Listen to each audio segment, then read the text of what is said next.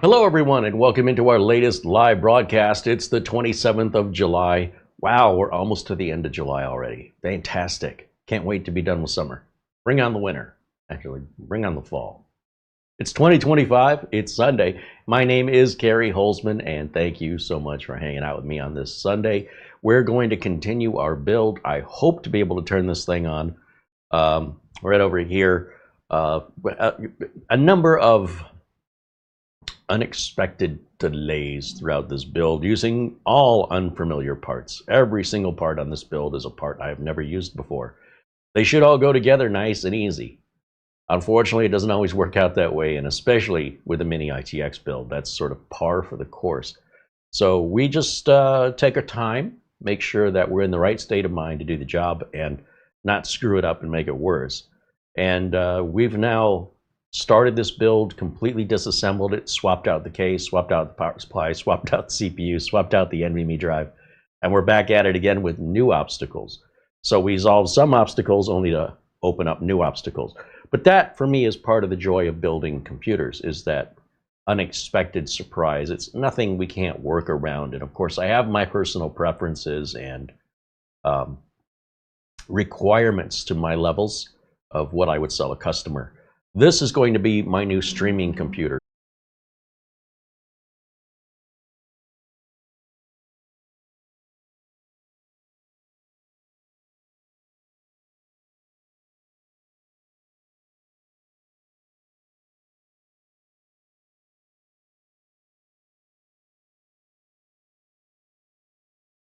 Well, it looks like we're partially back up, but it appears the YouTube ingest servers are having an issue today because I cannot seem to get a stable connection to them.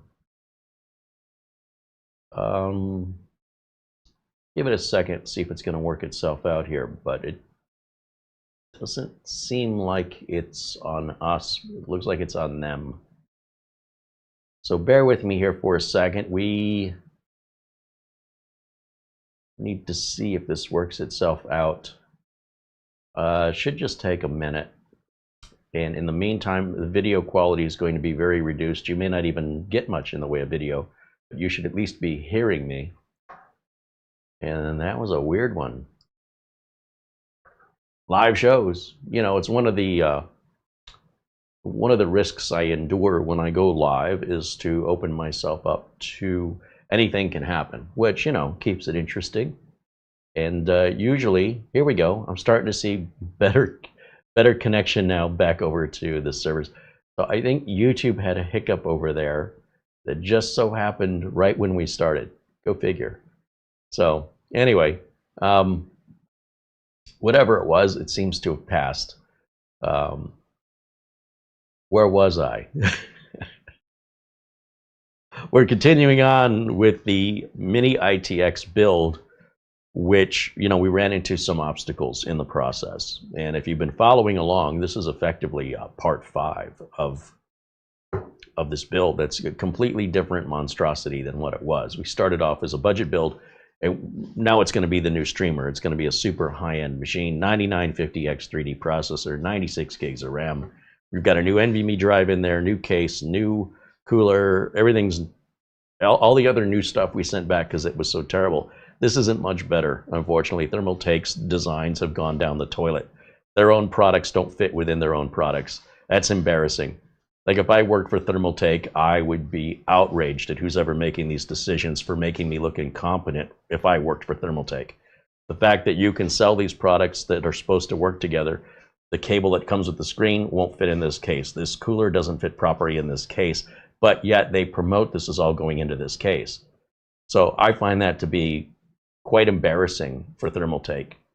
And we paid a lot of money for all this. So I don't expect to have fitment issues when I'm buying all of those products from the same manufacturer who promotes them as being able to fit. And, you know, they can fit if you force them, but that's not the proper way of building a computer. So I got to advise everybody, stay away from Thermaltake at this point. If you're going to buy into Thermaltake products, do know they often have zero cable management. They often have bad No consideration for your power supply to breathe on many of their cases where they have no venting at the bottom. And on their latest series of cases, we're right back at more inconveniences that I personally think Thermaltake should have long past grown past long ago. You know, they're not new to the industry. So if they were a brand new manufacturer, you know, we could say, yeah, well, they're learning.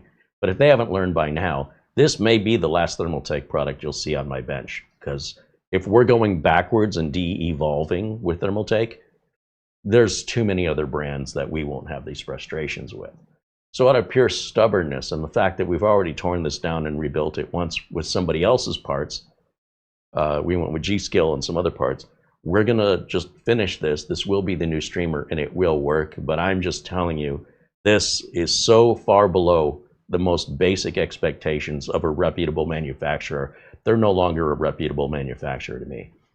The fact that the cable on the screen won't fit into this case and they say, well, we'll send you a new cable. They haven't responded to me now, and it'll be 7 days tomorrow since I've opened that RMA request with no answer. So I don't know how else I can express my disappointment. It's nothing that's a showstopper, and it's nothing we can't fix ourselves. Shouldn't have to fix it. At these prices with all new parts that are designed supposedly to fit together, this isn't like I'm buying random parts or whatever I'm getting on sale. We paid top dollar for this so that it would all fit together well.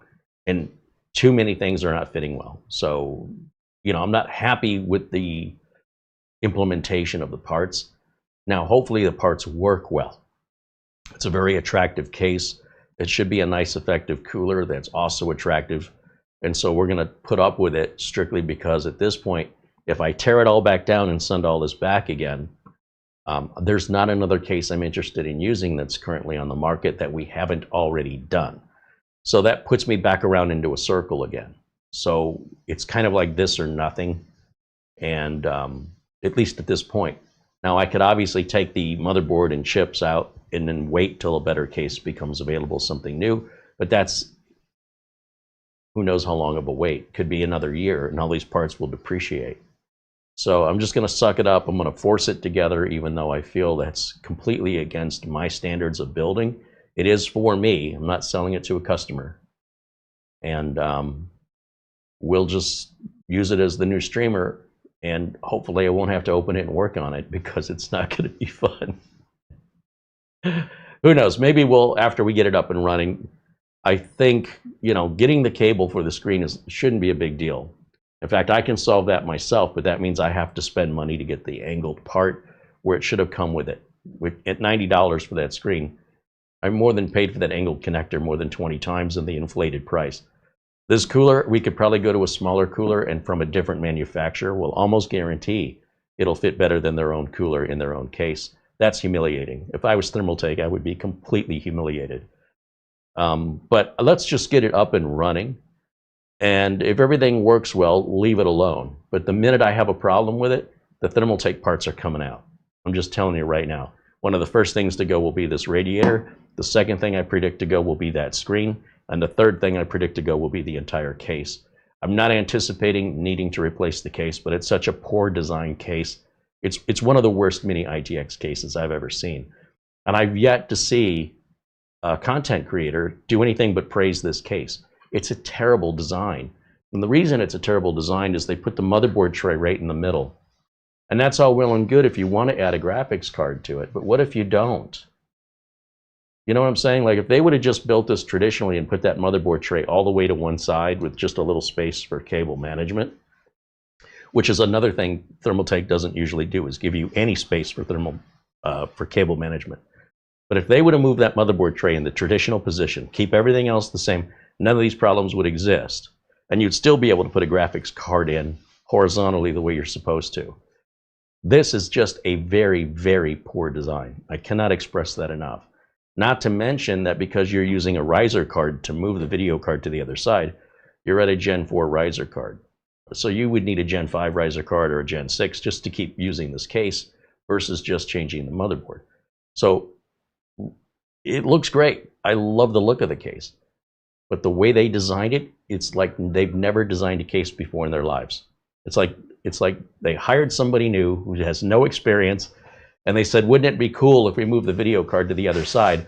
without thinking about how that's going to crowd the cooler, without thinking about the limitations of the riser cable to different generations of compatibility of PCI Express, and without thinking about what about the people who don't want a graphics card, right? How difficult are we making this to build, when by simply moving that tray, you'd still end up with the same outward appearance. It wouldn't change it.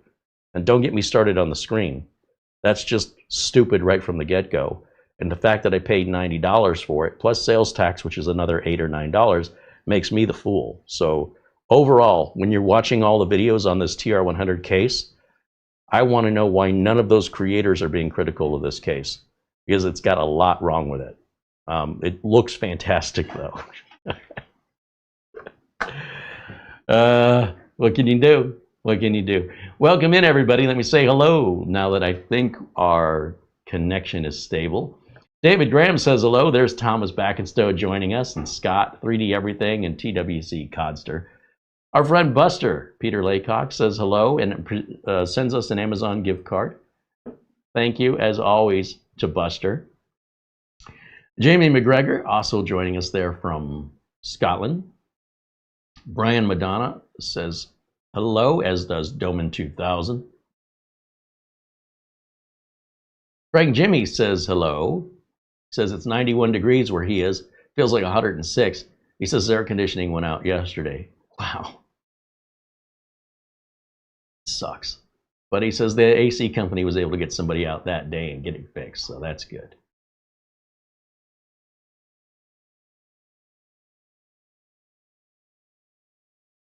Sam F2000 says hello, as does Andy W6AD.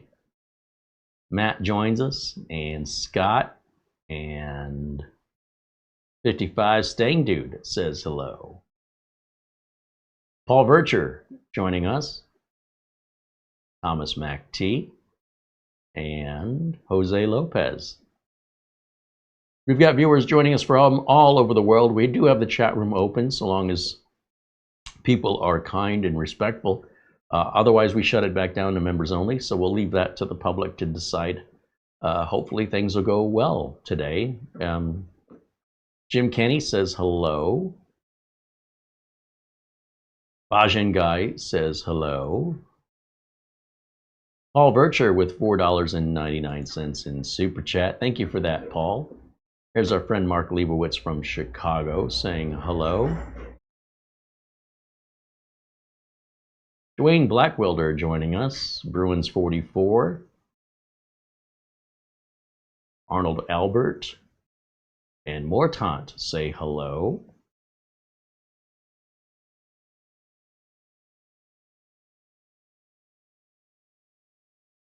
Welcome into Frankie B and Bob R. Richard DeFries. And John. Welcome in, everybody. Hope you're all having a good Sunday. The weekend's almost over. It just started yesterday. It's already almost done. I need a month of weekends. All right. So what I've done is I've gathered everything up, you know, because we had it scattered all over the table. I had other videos to do. So I just gathered everything up in the boxes. So this is the rest of our pump water block installation stuff that we had out. This box is everything that came with the case here. So we shouldn't need anything there.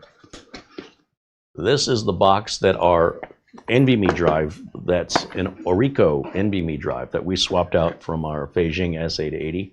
I've left this out because I need to erase it, so it's just a reminder to myself to wipe it and stick it back on the shelf.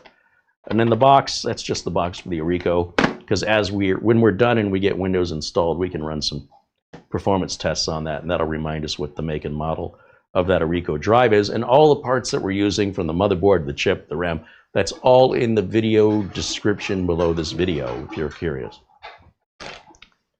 This is the modular cables that came with our power supply from GameMax. So we'll be getting into that here a little bit later. So that stuff we don't need just yet. Finally, we have the motherboard box. This is the board we're using, and then documentation from other things we've already installed, like the screen and the case and the power supply. and any spare parts, that's all in there for now.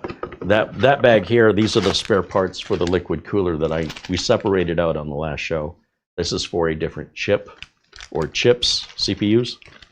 So we don't have any of those CPUs, but if you ever want to reuse the cooler on a different kind of board or chip, you might still need those brackets.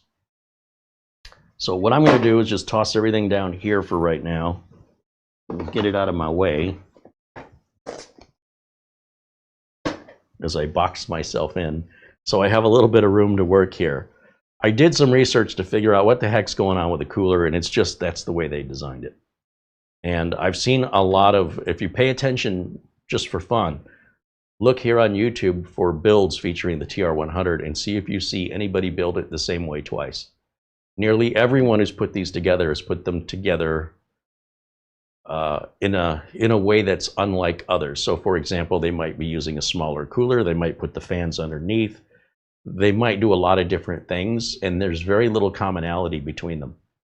Very rarely are they using the same parts, and for whatever reason, they're all praising this case like it's the best thing since sliced bread, and I can't help but wonder, what? Are they paid? Are they being paid? Because this is far, far, far from being a good case, let alone being a great case. So maybe they honestly believe it, but holy cow, they must not have much to compare it to, or their standards are a lot lower than mine. Good luck finding anybody besides me having anything critical to say about this case. As far as I can tell, it doesn't exist. You know, I can't make heads or tails of that. Are people just not being fully honest, or are people that oblivious to the problems? I don't know, but I can only tell you what we're experiencing, and I can also assure you that we aren't paid by Thermaltake. We have no relation with, never have had a relation with Thermaltake, and I'm just a system builder, a computer technician, and I'm building this no different than I would build any other computer to the same standards since I started my career in 1991. This falls very, very, very short of what I would expect just to reach the level of good. We're so far below good, this is embarrassing. I cannot stress how upset I am by this. I put my trust in Thermaltake, and I feel like they betrayed me. And I also feel like every content creator that swore up and down this was a great case betrayed me too, because they were not honest, or at least they're not fully disclosing the problems. I can appreciate that you like the case, but you still need to come forward and be honest and say where the case falls short. The fact that I personally didn't find any of that, I feel betrayed. So I know not to trust those content creators anymore. Nothing they say is worth anything to me anymore. So let's see. To get this installed, I'm going to open this up.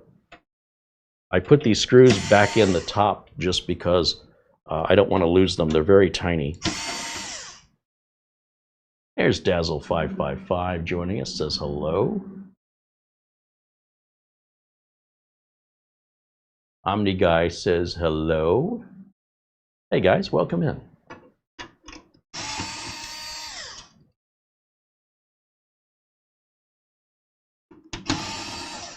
So here's one of the problems. If you've missed any of the other pieces of this build, when you put a properly when you install the components in a computer, any computer, they should fit together without any resistance. And you can see this cooler doesn't fit in here. I mean, that's just, if this was a different brand of cooler, and I could say, okay, I must have picked a bad cooler, but this is the cooler designed to go in this case.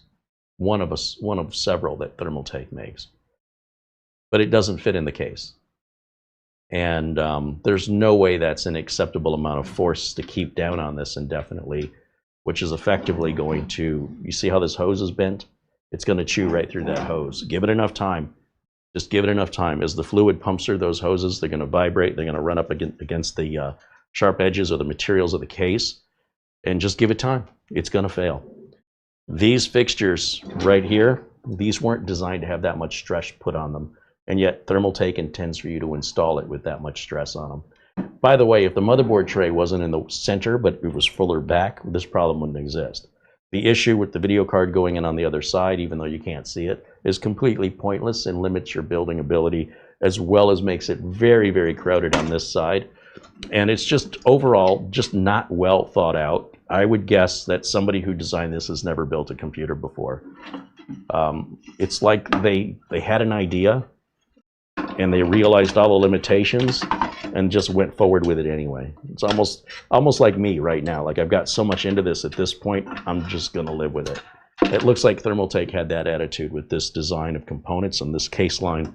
The TR100 is one of the worst modern Thermaltake cases, in my opinion, they've ever released in the history of the company. That's how strongly I feel about how bad this is. So if you want to buy one because you like the looks of it, the best advice I can give you is don't put any Thermaltake products in it. Buy somebody else's cooler. Don't put the screen on it. It's all just added money and harassment that, you know, how badly do you want that screen, man? I'm just saying, Thermaltake has really just set a new low bar for themselves. But ask me how I really feel. So one of the other problems we have, you see the motherboard tray right here. This is getting in the way of the hoses, and then when I run the hoses to the other side, there's no way to get the block over to the front. So they didn't think that out at all. They do make a smaller cooler, which looks like it'll fit better, but on the other hand, why buy their brand anymore? If you can buy a smaller cooler for less money that'll do the job, why would you buy it from Thermaltake and then potentially have to struggle? Where's your sense of reward for your brand loyalty? So we pay a lot of money for this only to still have it not fit. I could have rolled the dice and bought a bunch of different products that should fit together, but at least if they didn't, I'd say it's my fault. But when I'm buying everything from Thermaltake and when it's photographed and it's shown with all these components in it, and then I look at build videos and nobody is talking about this, I feel like there's a massive cover-up happening here. I just don't know if it's a level of ignorance on the content creators or if it's just keeping it quiet so they don't upset the waters. We paid for this. If anybody has a right to be upset, it's the customers who pay their hard-earned money and get something that is promoted one way and ends up being something else in reality. I feel deceived, and in another, you know, if we hadn't gone through this process already, returning things, I would send everything back. The screen will go back, the case will go back, the cooler would go back, and you'd never see another Thermaltake part on this channel again, except maybe their power supplies. That's the one thing they haven't screwed up yet. So, yeah, it's going to look good when it's done, but it shouldn't run into all these obstacles. This should have been done, you know, 3 hours, we'd be done. But with all the obstacles and stuff in our way, this is going to be at least a 9 to a 12-hour build by the time we're done, which is ridiculous.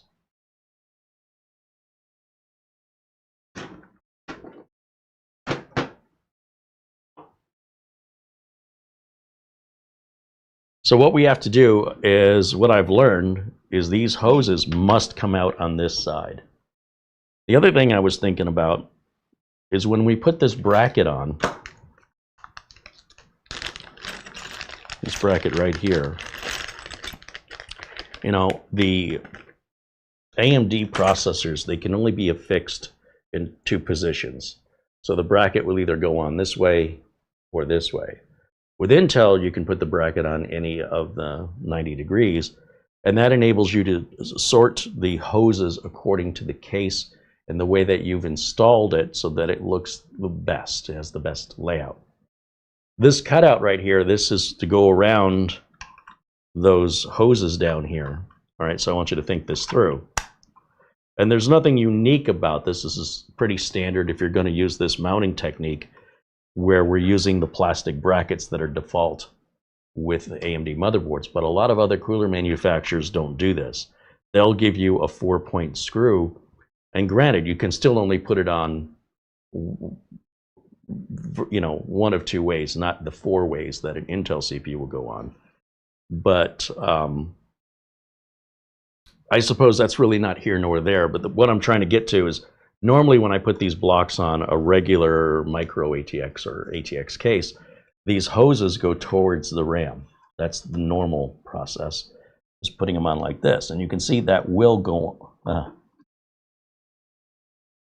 That may go on like that. I think it's getting in the way.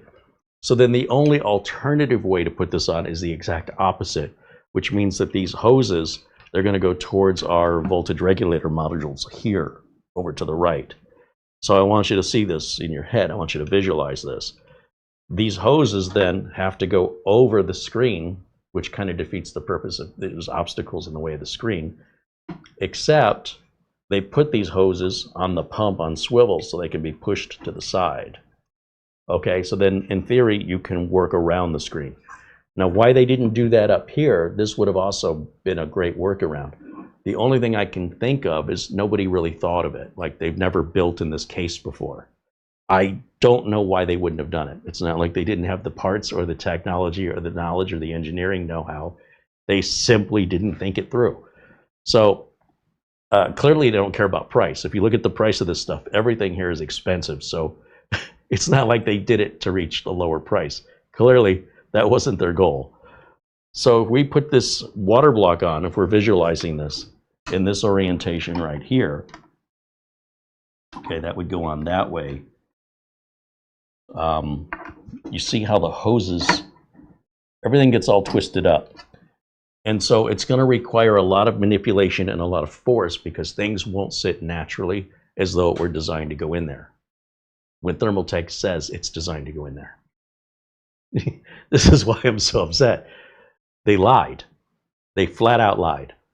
So with enough force, you know, look, we can make a lot of things fit in there.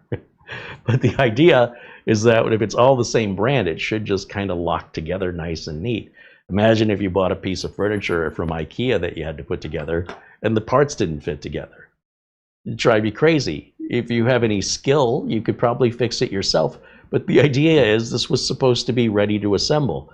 If it is, then it is. And if it isn't, don't tell me it is and lie to me. So, yeah. Anyway, to put this block in, or rather to put the radiator in, we have to make sure that these hoses, and I'm not quite sure how well you can see this. Let me take a look over here. Get a camera 2. You might get a better look. And I want you to watch anybody else's video. There's a lot of content creators that apparently got paid really well to lie for Thermaltake or to deceive on behalf of Thermaltake. Or they just don't know what they're doing, or they don't know that it's not normal. I don't know, but it's really freaking weird that there's no mention of this. Okay, now it's back. Hold on.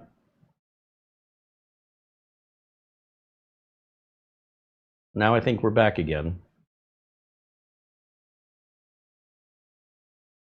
All right, so whatever's going on with our ISP or YouTube, I don't know who it is. We've had another little bump there. All right, but you know what? We caught it, so we haven't missed anything. On the playback, that'll all be removed anyway. So, in any event, as you can see, these hoses right over here, this far hose interferes right here. So the whole cooler won't sit down. And what it's doing is it's putting in a massive, I mean a lot of amount of pressure down onto a hose that will never be relieved. It's going to endure that amount of pressure for the entire life of the case. And that's just not going to be conducive to a long cooler life, unfortunately. That should not be like that. Show me another case anywhere on the planet where somebody's putting in a cooler and they have to force against the pipes. And especially if the cooler and the case are made by the same manufacturer. As far as I know, this is the only case in the world where the manufacturer sells these parts together, but they don't fit properly. And they tell you to basically damage the part in order to fit it. That, to me, see the big bend on that hose? If you watch any of the TR100 builds, find me a content creator anywhere who mentions how rough this is. This isn't like you're putting just a little bit of pressure. That would be a little bit. This is full on, right up against a non-movable junction point that's going to give. I promise you, that is going to give. So we're going to use it anyway, just because we can find out how long it's going to take to get to the center of the Tootsie Pop by utilizing it. But that is just not the way new parts should be treated. They shouldn't fit together that way. They shouldn't be abused that way. Now, if we pulled this out of a dumpster somewhere and we're putting it together and that's what we're doing to make it fit, then I totally get it. But again, this is all made by the same manufacturer. This is all very expensive stuff, and it doesn't fit correctly. And they insist that's normal. There's no other case in the world that that's normal. And if anybody can find one, I'd love to see it. This is unprecedented. Very unusual. What's that?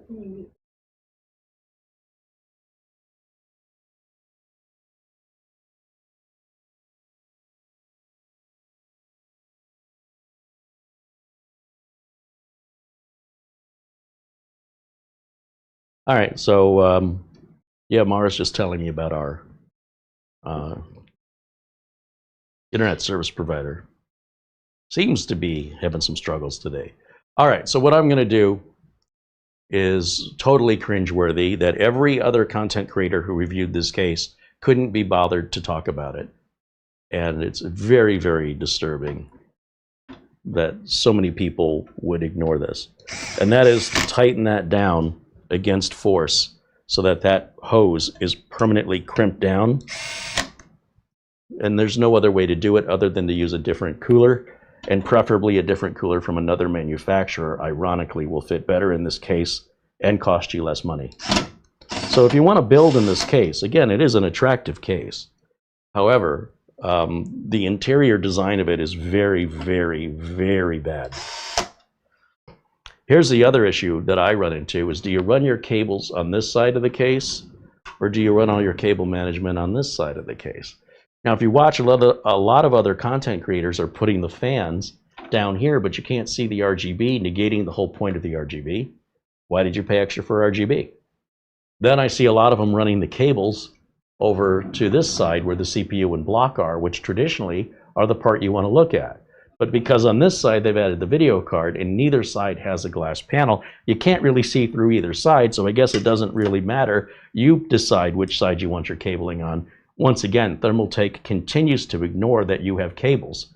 Anytime I work on Thermaltake cases, nearly every time, it's like nobody at Thermaltake understands that there's cables that have to be run in their cases, or that power supplies need air to breathe. And you know, on the helicopter case and a couple other Thermaltake cases, they have solid bottoms where the power supply has to go in upside down to pull air from inside of the case, instead of everybody else who will, you know, the big name manufacturers have the fan at the bottom pulling cool air into the bottom. So yeah, I just don't think we're going to be seeing much more Thermaltake on this channel after this. We're using your contributions and your financial support to buy parts, and I feel like I'm disrespecting you by spending the money that you give us to support us to buy junk. But at least if there's a lesson to be learned to avoid it and why, I hope you understand that's money well spent, in the sense that I hope you don't fall into the same trap. I'm not telling you to buy or not buy this case. I just want you to be prepared, because I wasn't prepared for this. The reason I wasn't prepared for it is I went out of my way to make sure everything was Thermaltake as much as possible so that this wouldn't happen. And it turns out, at least with this case, as the only case on the market ever in the history of cases, using somebody else's parts fit better in their case and will cost less. So what do you make of that? Like, to me, it's preposterous. It's absurd. And I'm really ticked off that Thermaltake isn't even responding to my RMA request expediently. As far as they're concerned, apparently I have all day. I have all week or all month to wait to get the part that should have come with this screen. And they don't seem to care. So if they don't care, you get what you give. So then I don't care either. And we just won't deal with them anymore. this is kind of the straw that broke the camel's back. I've been able to look the other way with a lot of the issues I've had with Thermaltake, but I think I'm done. Like, I'm so upset by this, the amount of money that we spent. I certainly won't buy everything Thermaltake again. If I like a case design, then I will just pick my own individual parts. I will not just buy everything Thermaltake so the colors match. That's the dumbest thing ever. On top of that, there's no case window to see it, and it doesn't even fit well, and it costs too much money. I could have bought a Thermalright cooler for probably a third of the price. Like, it's significantly more money than competitors. So the least they can do is make the installation easy, don't you think? So if we come back around this way now, this will have to, and I mean it has to go on this way. Now, we've never put any thermal compound on the CPU, and there is a film over the bottom of this that we need to remove. So we can apply thermal compound. And the next question is, did Thermaltake include fresh thermal compound, or are we getting old thermal compound?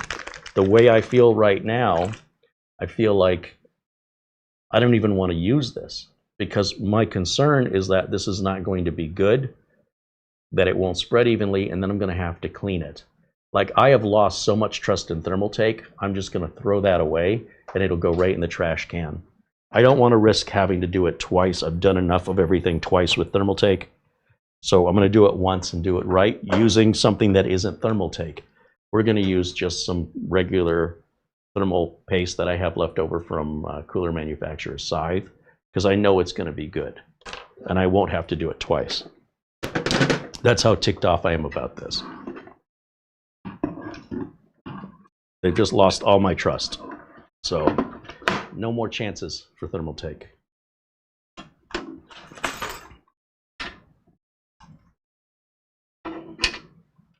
We'll get these cables out of the way.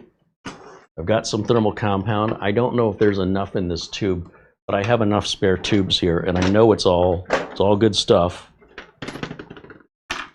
And then I need my my nitrile glove. So let me go grab that real quick.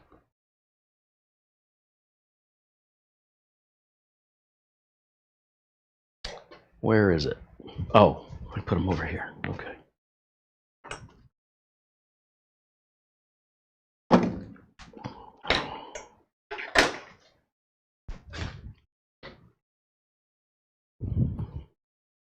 I would send Thermaltake this video to help them improve, but it doesn't matter if they improve anymore.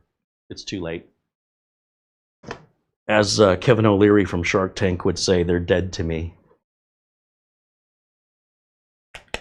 Last straw.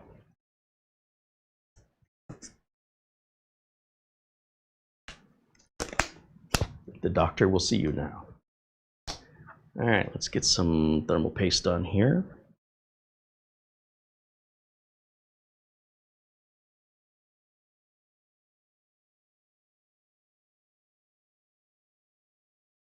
Oh, there might have been just enough left in that tube. That tube is empty. And we'll do a little finger painting here. Make sure we get the entire top of the CPU covered, sort of like an oil painting. You kind of want that thickness, you even want the viscosity to be similar to an oil paint.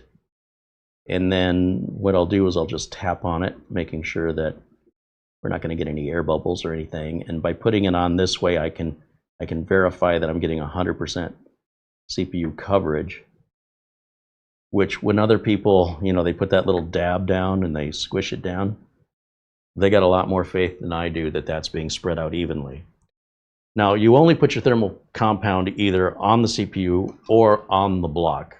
The reason I don't put it on the block is I don't know where to stop. I don't know where the CPU fits in the center of that. If the block already had thermal paste applied to it, then I would not be adding any to the CPU, and you're good to go just like that. I'm going to turn this glove inside out as I take it off, and that's going to keep that messy thermal compound from getting all over stuff, because it's hard to clean up. So with that, I guess this other tube I don't need, so we'll save that for another day. And phew, I don't have to do that twice. In this bag of parts, we will have the pieces needed for, yeah, this here. So these are going to latch onto the sides of the brackets on the CPU, or the CPU socket. And these are the rest of the radiator screws if we want to secure that down. And then these, I believe, just go right on top. I don't think there's any spacers or anything required. No, just that.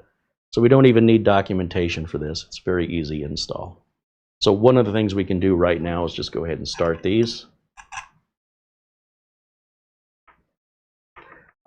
This type of installation process is very simple, and you know, at least Thermaltake did this right. Give them that. They didn't screw everything up. It's also important I put them on the right direction, or it's not going to go on. There we go.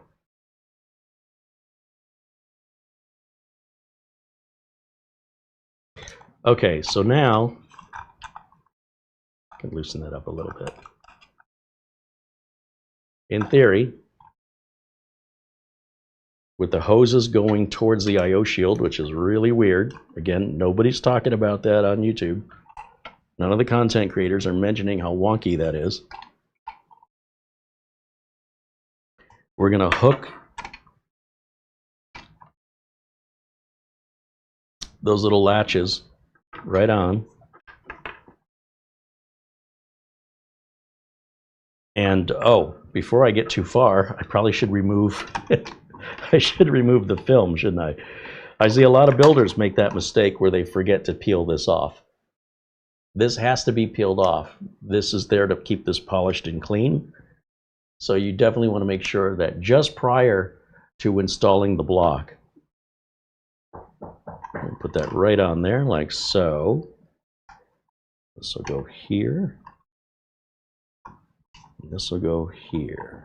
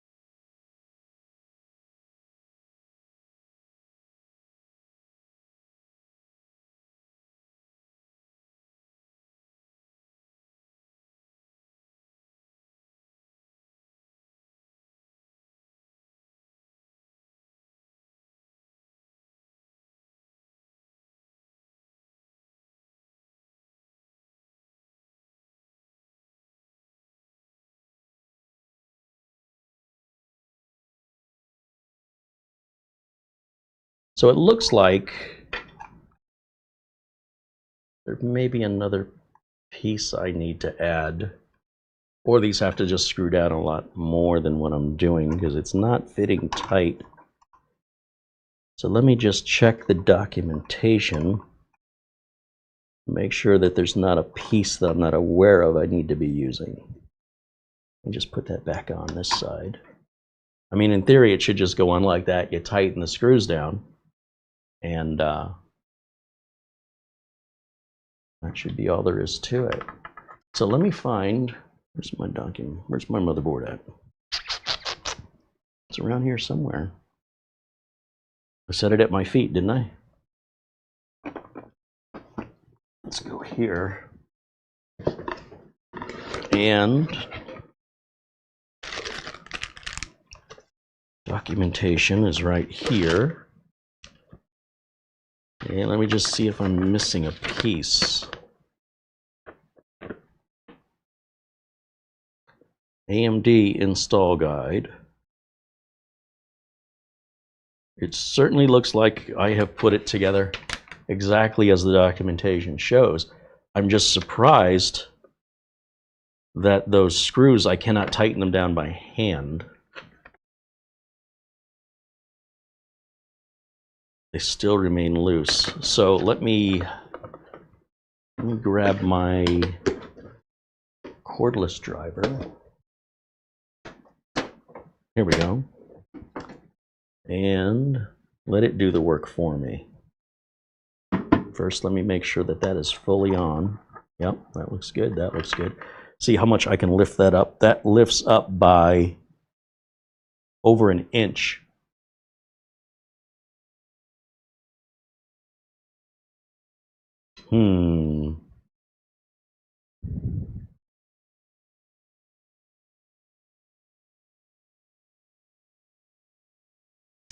The only thing I can think of is the bracket I put on upside down. That would make the most sense. The bracket, and again, this is just bad design. The bracket should indicate upside or downside, and Thermaltake has failed to do that. So let me take this back off and turn the bracket around. So what I'm showing you, what we're seeing live here, is this bracket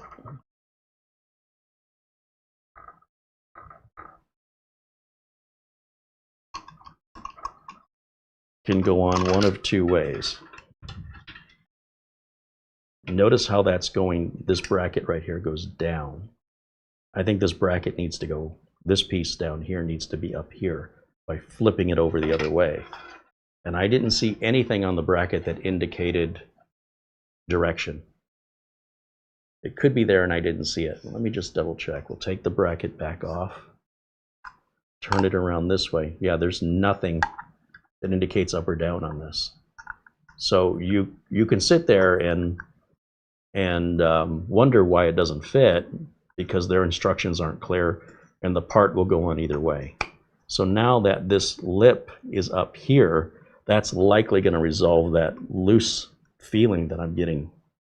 And then I've also got to consider how these hoses are going to run. So let me come down here and we'll go back to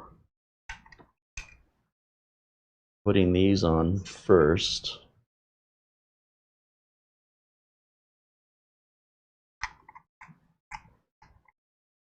Now, because AMD, at least with this socket install, they're only going to use 2 of these thumb screws.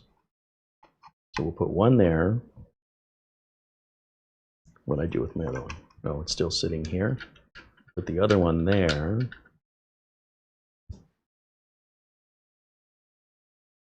Like this.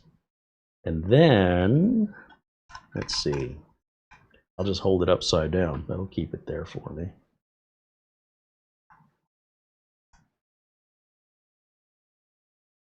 And you'll see the difference now. They're further back. So the CPU should sit in there, or sorry, the water block should sit much closer to the CPU when I tighten these thumb screws down with my hands, because that was really far away. So let's try this one more time. We'll put this back down, like so. Like that, and like that. Yeah, that feels a lot better.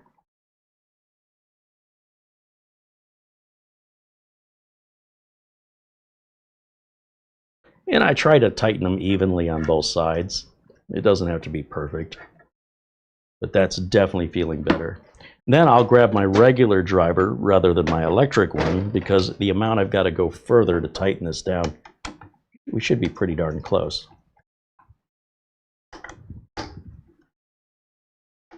Yeah, these screws come to a dead stop. You cannot over tighten them. Once they stop, don't take them any further. Because if you snap the screw off, you know, if you shear it off, you're not going to be happy. Let's get this thermal, or sorry, this this plastic film off the pump. And now you can see it's going to look like this, which in and of itself is just a terrible design. But if these are on swivels, so these can swivel up. And you've got to watch for, if you put your fans under here, these are going to hit your fans. So another bad design. I think there was one content creator who pointed that out, and rather than put the fans on the other side, what he did is he worked some cable management to keep it clear of the fans. But I do believe the fans really do belong on top for that very reason. But again, Thermaltake doesn't tell you it's wrong to do it any way you want. They're basically trying to play this off like, yeah, we made it configurable. No, you didn't. You made it difficult. And then you're not being clear. You're being very... Thermaltake's answers to this stuff appears to be vague. Like, you know, they don't want to admit any wrongdoing here. That, you know, it's not a bug, it's a feature kind of an answer. So you can see how much pressure both of these hoses are going to be under when we try to manage this, because these are not on swivels. There's no way we can get those two cables any closer together back here. They're going to be this big gap in between. And I could zip tie these, you know, and I've seen people run the cables up underneath this like so. But now we're pushing on the hoses down, we're pushing on the radiator up, and you're putting pressure all across this. And you notice the hose, they cross over each other. You notice that, right? There's no way for you, if this hose was on the other side, then they would line up perfectly. So Thermaltake has really screwed the pooch on this in several different ways of just not thinking forward. I cannot express enough how disappointed I am. Even if they put this hose on a swivel so we can get it to align, we're going to be putting a lot of pressure. There's pressure on the pump, there's pressure on the radiator, and there's pressure on the hoses before we've even turned it on. And because that's all screwed down, that pressure stays there forever. It never gets any relief. So this just doesn't fit together well. I don't know how else I can say it. Now, with that being done, let's see if we can hook up all of these cables. I decided to run the cables on this side because I'm not putting a graphics card in here. We're going to put a video capture card in here. And that's only about yay big.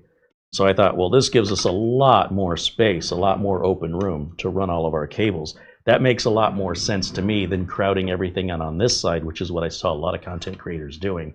I've never seen a more crowded front of motherboard on any other case build in my entire career.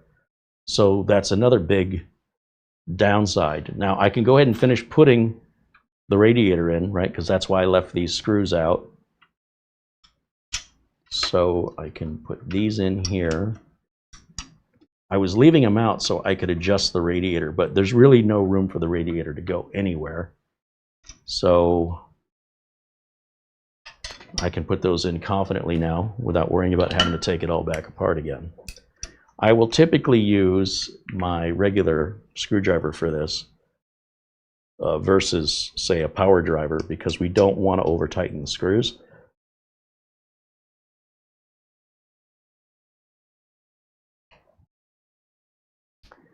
And we've got 4 screws for each of the fans, so a total of 8 screws.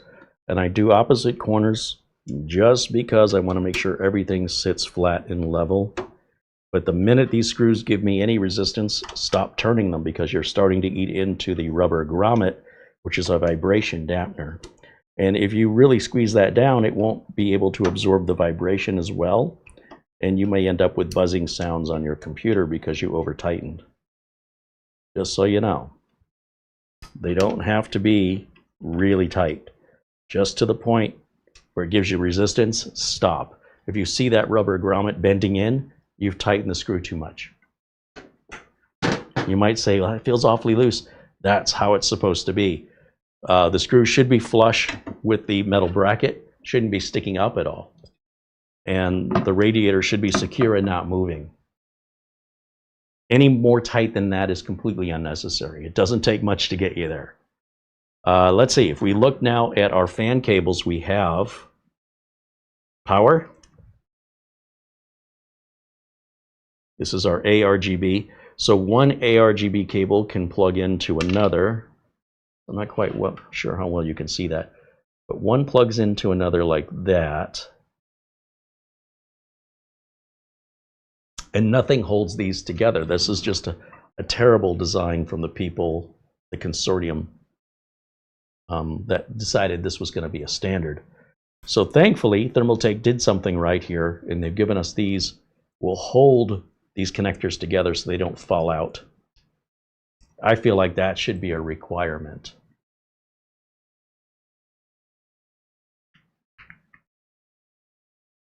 That's a good design. Now, because these daisy chain together, one of these will go to another feed. Either it's the water block or the motherboard directly. And then the other is just a simple power connector, and the power connectors daisy chain together as well. Doesn't matter which one you use. You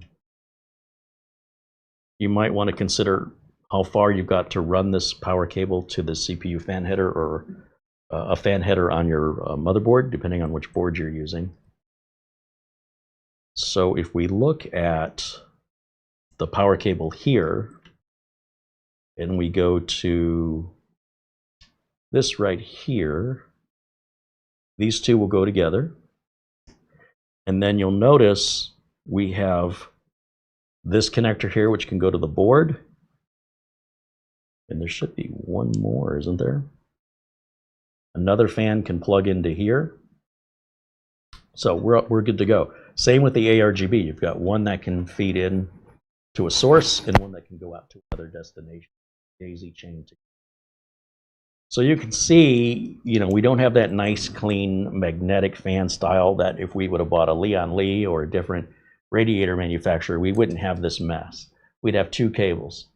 So Thermaltake, for whatever reason, wants to live in the past and continue doing things the old-fashioned way, and it just leaves us with a lot of cabling. And they don't, normally Thermaltake doesn't give you any cable management consideration through the majority of their cases.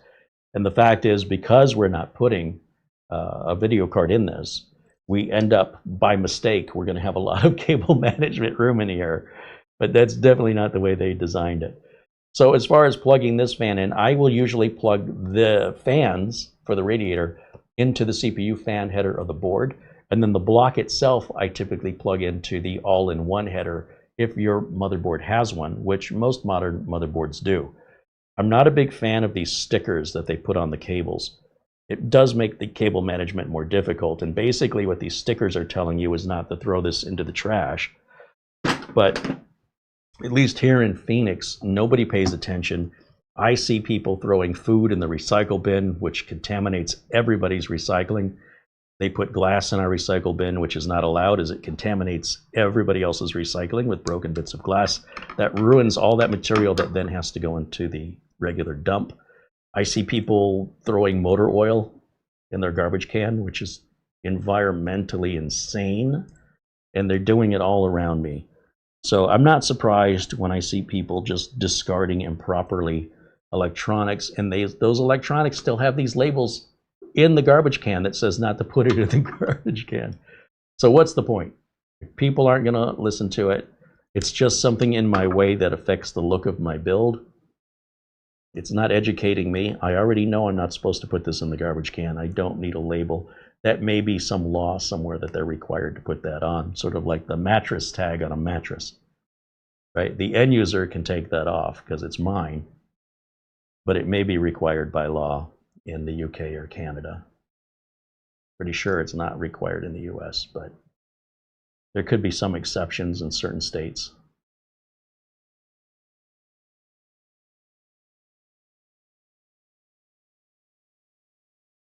Because yeah, those little tags can really get in the way of cable management. And if you want to keep yours, you can keep yours. All right, there we go. So with regards to the the fan connector, let me take a look at the top of the motherboard here. Where is our fan connector? So all of our connectors are going to be at the bottom of the case. So this is the top of the motherboard, and it's sitting in upside down. Normally this is the top of the case, but Thermaltake has flipped this around the other way. That's probably explaining these hoses being so cattywampus. And to run the fan cables, from the top, right? We've got to go all the way down through, likely through this. See, they don't give you, this is Thermaltake, they don't give you any cable management consideration. They don't really afford you any way to run these cables other than off to the side through this hole over here and then all the way over here. So we have to go all the way up from the top, down through here and over to here, which is likely why they've included the fan splitter. That would be my guess. Just awful. Now this cable on the front of the block, on the other hand, if we look here at the front of the block, we have an ARGB cable. This is really intended to, we could plug that into the motherboard, let's just say, like right, well here, let's get rid of these cable tie, wire ties, just so I can give you a full, let's see here, where is it? There we go. There we go. Okay.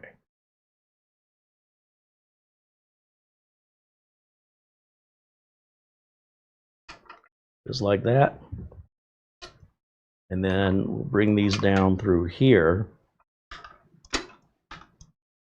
So what we can do, and there's a couple different ways to do this, but the way I would do it is I would take this ARGB header and plug it in right over here. Like so. And there appears to be two side by side. It doesn't matter which one you want to use. This one, I would take the cover off of it and plug the ones from the fans way at the opposite side of the, other side and at the top. You couldn't go any further away on a case this small. So very, very bad design from Thermaltake, in my opinion. Just one of the worst designs I've ever seen. We already know working on a mini ITX case is going to be difficult, so why don't they go out of their way to make it easy? I don't understand why. I will say on the Tower 100, that was a very easy case to work on, but anytime you wanted to plug anything into the motherboard I/O, you had to take the plastic cover off, which is just stupid. So again, Thermaltake and we're just not going to we're not going to be friends. All right, so these are our front port umbilicals or USB and such. I'm not going to worry about that for right now. We need to give the pump power. And that can go on, because this is the pump, onto the header that says AIO. And right up here, we're going to have a couple different headers. There's a gray one and a black one. And written on the board, or if you want to read your documentation, it will identify which one is for an all-in-one pump. Now, you don't have to use it, but why wouldn't you, if you've got it, use it as intended? So the gray one is the all-in-one pump header. So for right now, I'm not going to worry about my cable management. And we'll just plug that into the gray header. So now our pump has power and RGB. What doesn't have power are our fans. But remember, I said these can daisy chain. So what I would do is I would plug the fans into the CPU fan header and plug the ARGB into the ARGB on the pump that's extra. But there's no way we're going to reach. These cables are way too short. So Thermaltake has included an extension for the ARGB, which I appreciate. And what we're going to do, see, now we're going the opposite way. Now we're going to have way more cable than we need, and that results in more cable management requirement and more space for your cabling in what is already a very tiny case. So again, it's just not well thought out. If this pump is designed to go into this case, that should have been considered. And I feel like they didn't. They're saying, well, this pump can go into a lot of our cases. Well, then you should have included a different amount of lengths of cable for the cost of this for each case. I don't know. I don't know what they're thinking over there. So let's see if we go back over to the pump. And we're going to go onto our existing ARGB header right here, which is a male connector. And we'll plug that into the female side here. like so.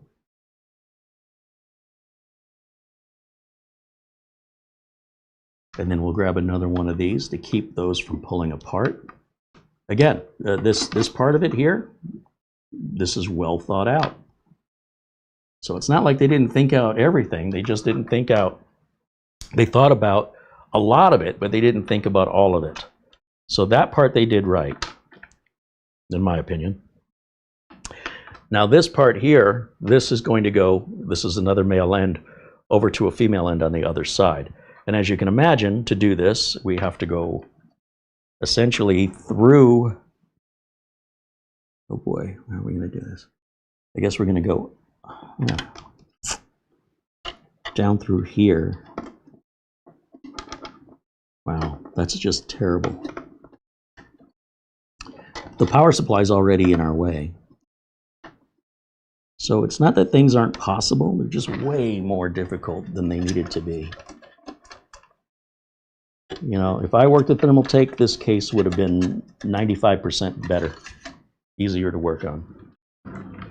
Because it's not as though it's not possible. They just chose not to do it for some reason. So here we've got the ARGB that can plug in to another female header. No, that's a male header. That's not going to work. We have another female header. Yes, right there. So that one will go here. Just like that. And then we still, they gave us 4 of these little things here. And you don't have to use these, but boy, they sure do. They should be required anytime a manufacturer includes these, because nothing holds them together. So they very easily fall out. And one way you can keep it from falling out is being very clever in your cable management, where you wrap the wires and zip tie around it, and that prevents the wires act as your retention, which is really, I don't know, not well thought out. So now we've got a ARGB going to the pump and to the fans, and now we need to give the fans power. But as you can see, our power cable is way too short. It's never going to reach. So I believe, yeah, they gave us a power extension that's also a splitter. Same with the RGB, right? It's gonna give you a short one for some reason. Well, I guess to feed in, I suppose, let me see. We could go the other way around with this, maybe? No, we can't. This is the only side that has a female plug. And on the motherboard, we can only deal with the female side of plugs. So if we come around to where the fan header is, we're going to go through the same little spot behind the power supply, through the front of the case here. And then if this is why people edit videos, by the way. It's painful to watch, isn't it? And this is just getting it hooked up. Once we verified everything's working correctly, then we have to kind of redo everything so we can clean up the cabling and make it look pretty. That is mostly all edited out of every build video you'll watch. Unless they're doing it live, it's normally something they don't include. They might feel like, well, the audience will lose interest. Well, then the audience shouldn't be building a computer. Maybe they should have a computer built for them if they're that impatient and that disconnected from reality. All right, let's go to the fan header, which is right here for the CPU fan. And that way, as the CPU heats up, these fans up here will be the ones that speed up in response.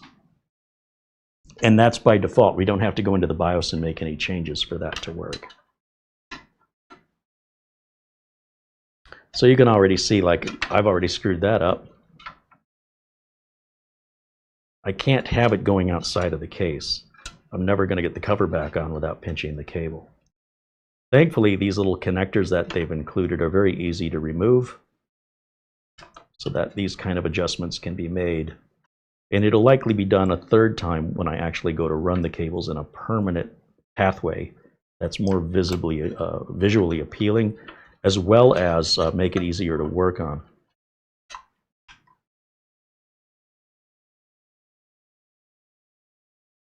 There we go, just like that. Okay. Phew. Finally, after all this time, cooler is hooked up. Now we do have our front port HD audio cable, and that's going to go all the way in this back corner. Just another reason why the motherboard should not be in this orientation.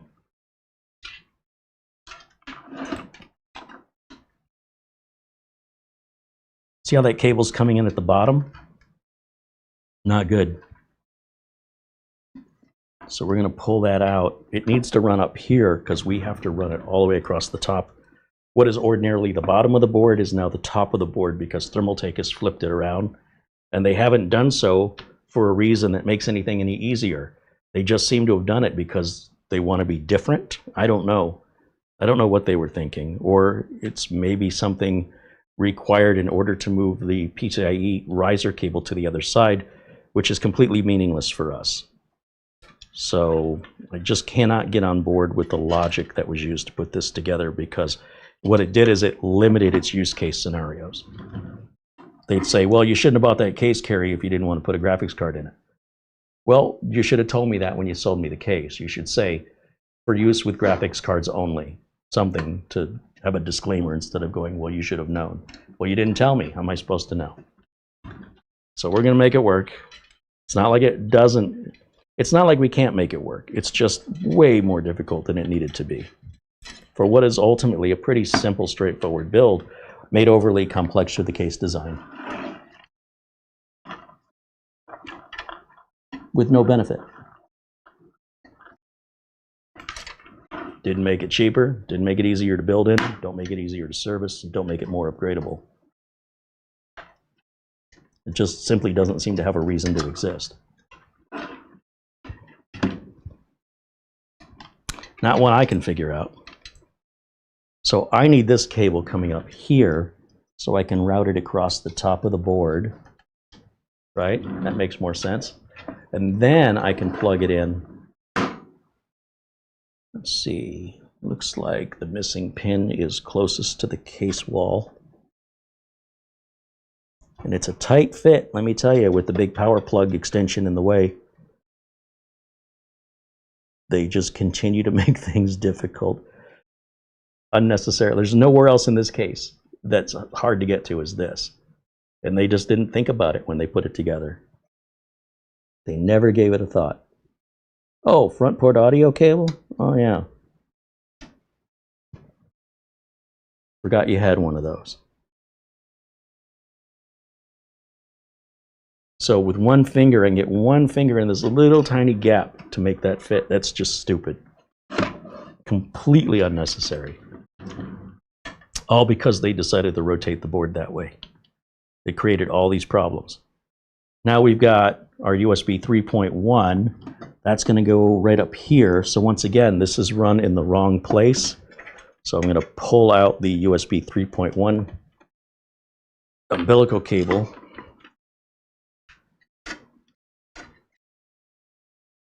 So you see this tangling and how I'm struggling to get this cable out?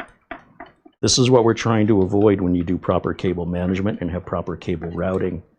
This is why it's a bad design. Everything's getting tangled up on top of each other. Oh, in this case, look what they've done here. This is bizarre. Oh no, I see. This is wrapped around. Okay. That's just unforgivable. Terrible.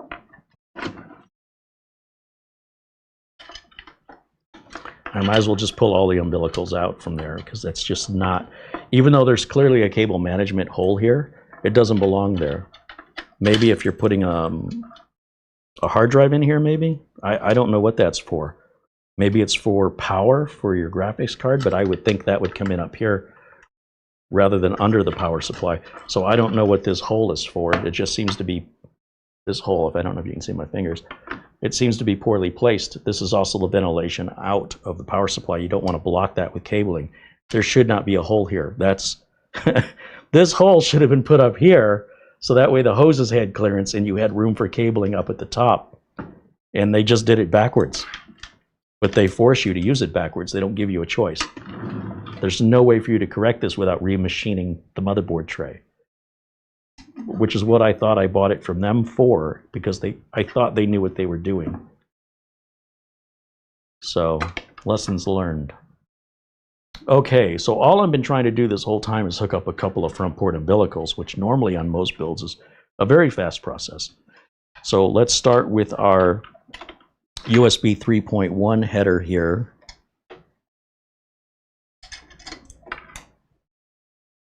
Which is right here, right? Wait, hold on. Here it is. We'll just push that through. See where I'm at right up here? I'm going to come in up here. And then you can see that's a pretty short run once you've got the cabling set up correctly right onto that header. And again, I want to emphasize, if our fans were underneath the radiator, this would all be potentially interfering with the fans, which is a bad case design.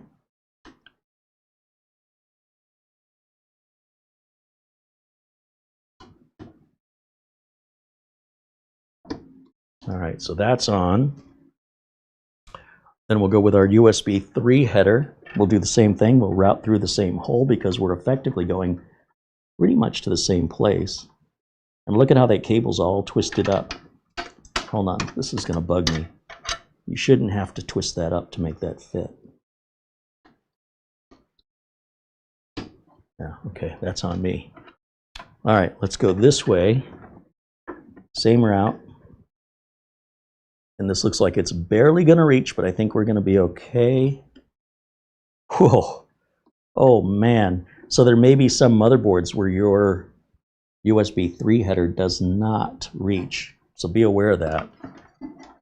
It's not necessarily in the same place on all ITX boards.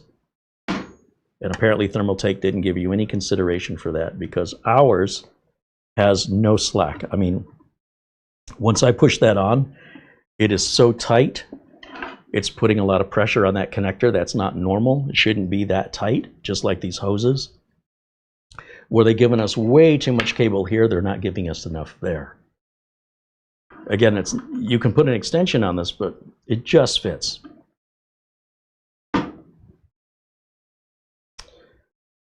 Now, what do we have? Just the front switches.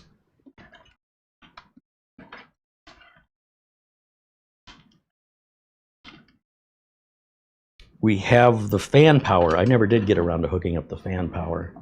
So this is the extension coming off of the block. And this will just go onto one of these. Now these typically have a pretty nice seat when they lock in, so you don't necessarily need something like this. They stay together really, really well.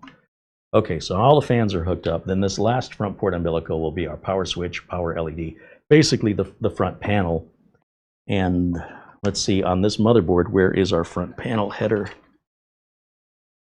It's going to be right by the USB header. So again, we're going to route the same cable management route up through this hole, which again, if the fans were on the other side, you would just be having a nightmare of a time blocking all those cables. Or Thermaltake should include grates over the fans, or Thermaltake should make it very clear that the orientation should be at the top on this case. So a lot of things Thermaltake could have done to prevent people from having to rebuild over and over again. If you watch many of the builds on this case here on YouTube, they build it with the fans underneath, and they have to go through a lot of zip ties to keep the cables from interfering with the fans. That should not be required. That should be more of, I want it to look good, that's why I cable manage, or I want it easier to work on, right? But the idea that I have to cable manage it in order to keep the cables out of the pathway of fans is bad case design. Plain and simple. You won't find that at any other name brand case. Okay, so our front panel header is going to go on, let's see.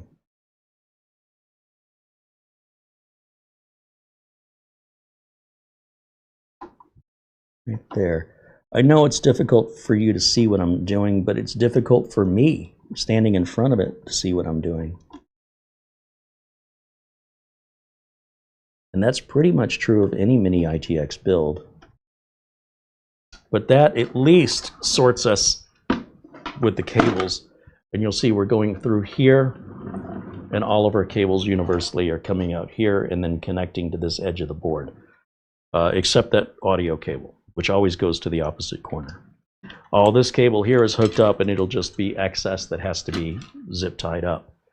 So that really just remains to the last cables are the power cables, and then we should be able to test fire this bad boy and even run Cinebench on it and check our CPU temps and make sure that the 9950X3D is going to maintain acceptable temps. So we're going to go now to the bag of cables that came with the power supply. Yeah, I'm going to whine and complain all the way through this because this isn't acceptable. I want you to think about, what if this was your money? What if you just sunk $700 into that CPU, another $300 or so for the RAM? I don't know, it's close to $300. We've got a $70 power supply, $80 power supply. We have a $200 motherboard. And then on top of that, we paid like $200 for the cooler, another $160 for the case. You know, we're not building something cheap. So why is it going together like it's cheap? Why is it going together like we don't know what we're doing, like we've never built a computer before, or we're trying to just use parts we found laying around in a garbage dump to push together something Frankensteined? Why does this feel Frankensteined at these prices? Okay, these are my video card power cables. That's not what I want. This one says CPU on it. So we need this cable.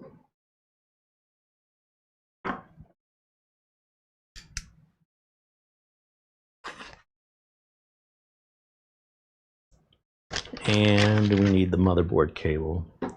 Now the rest of these we're not going to be using on this build, but if we were to add a GPU later, you know, you definitely don't want to mix these cables up. There's a big warning about it. And this is true of all modular power supplies. You must really know where you're keeping your cables. If you order the wrong cable or you use the wrong cable, you risk setting the whole machine on fire, basically melting it. And then you're out whatever your costs are because you did it to yourself. So I can't emphasize enough, always put away the cables that go to the power supply so you know where to find them. And it's one of the reasons why I do not like using power supplies that are modular. Customers always lose the cables, and sometimes they try and figure it out on their own when they find cables laying around that fit. And then I get the call that the machine's got smoke coming out of it, and it's too late. There's nothing I can do to help them. On the other hand, when you're dealing with a mini ITX build like this, I don't want all the extra cables having to cable manage. So this helps keep the inside of the computer cleaner by only using the cables we're actually utilizing. So, you know, pros and cons. In addition, there's more expense to these kind of cables, these kind of power supplies rather. The modular power supplies cost more, and they're more susceptible to failures due to user error than a regular power supply that the cables are built into that costs less. So, you know, decide accordingly what fits for you. I'm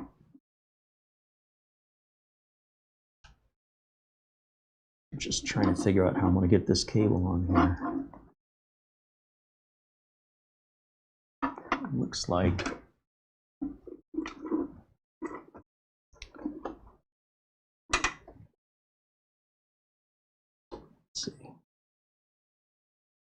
come on now.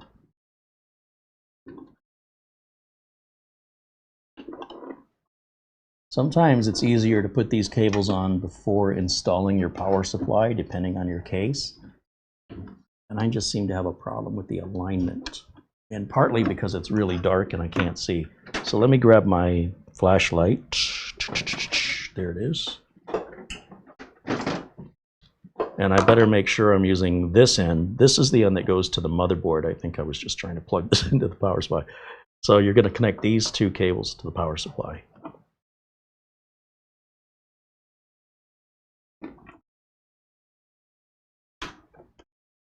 Yeah, when you use the right end, it fits just fine. Remember what I said earlier about users are mostly creating the problems these days, and users are often the solution. When you fix the user, you fix the computer problem. And that's a prime example, right? I'm not immune from it. Also, you know, I've got a pretty bad attitude about this. Like, I'm not happy about what I'm forced to do that goes against my building standards. So I'm just coming at it with a wrong attitude, honestly.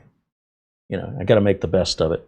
So I just need to let my emotions get out of my way, get out of my own way, and then everything will go a lot easier. I'm just really not happy. Okay, so when it comes to running the power cables now, we run into another cable management scenario that I'm not quite sure how we're going to get around. One is the main power board, the main motherboard power cable, that's going to snap on really close to our power supply. So that's super easy, no problem. The one I'm concerned about is the opposite end, because that's going to go all the way to the bottom. So this cable here has to run a completely different route than this one. It's got to route around and back out. And I just hope, I don't think it's going to be long enough, but we'll find out what happens here. If we run this down through here, maybe we'll get lucky. It's got to go straight down through this cable management hole. Remember, you can't go on the other side of this. We have to stay above this. So bring it down here.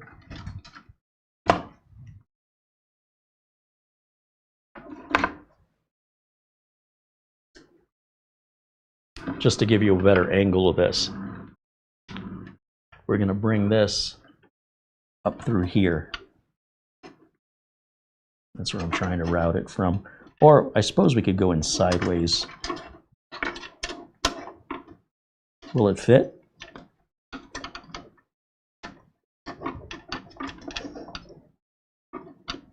Once again, Thermaltake just doesn't believe that you have to hook up power to your motherboard, and they didn't give enough room for a standard EPS power cable to fit through that.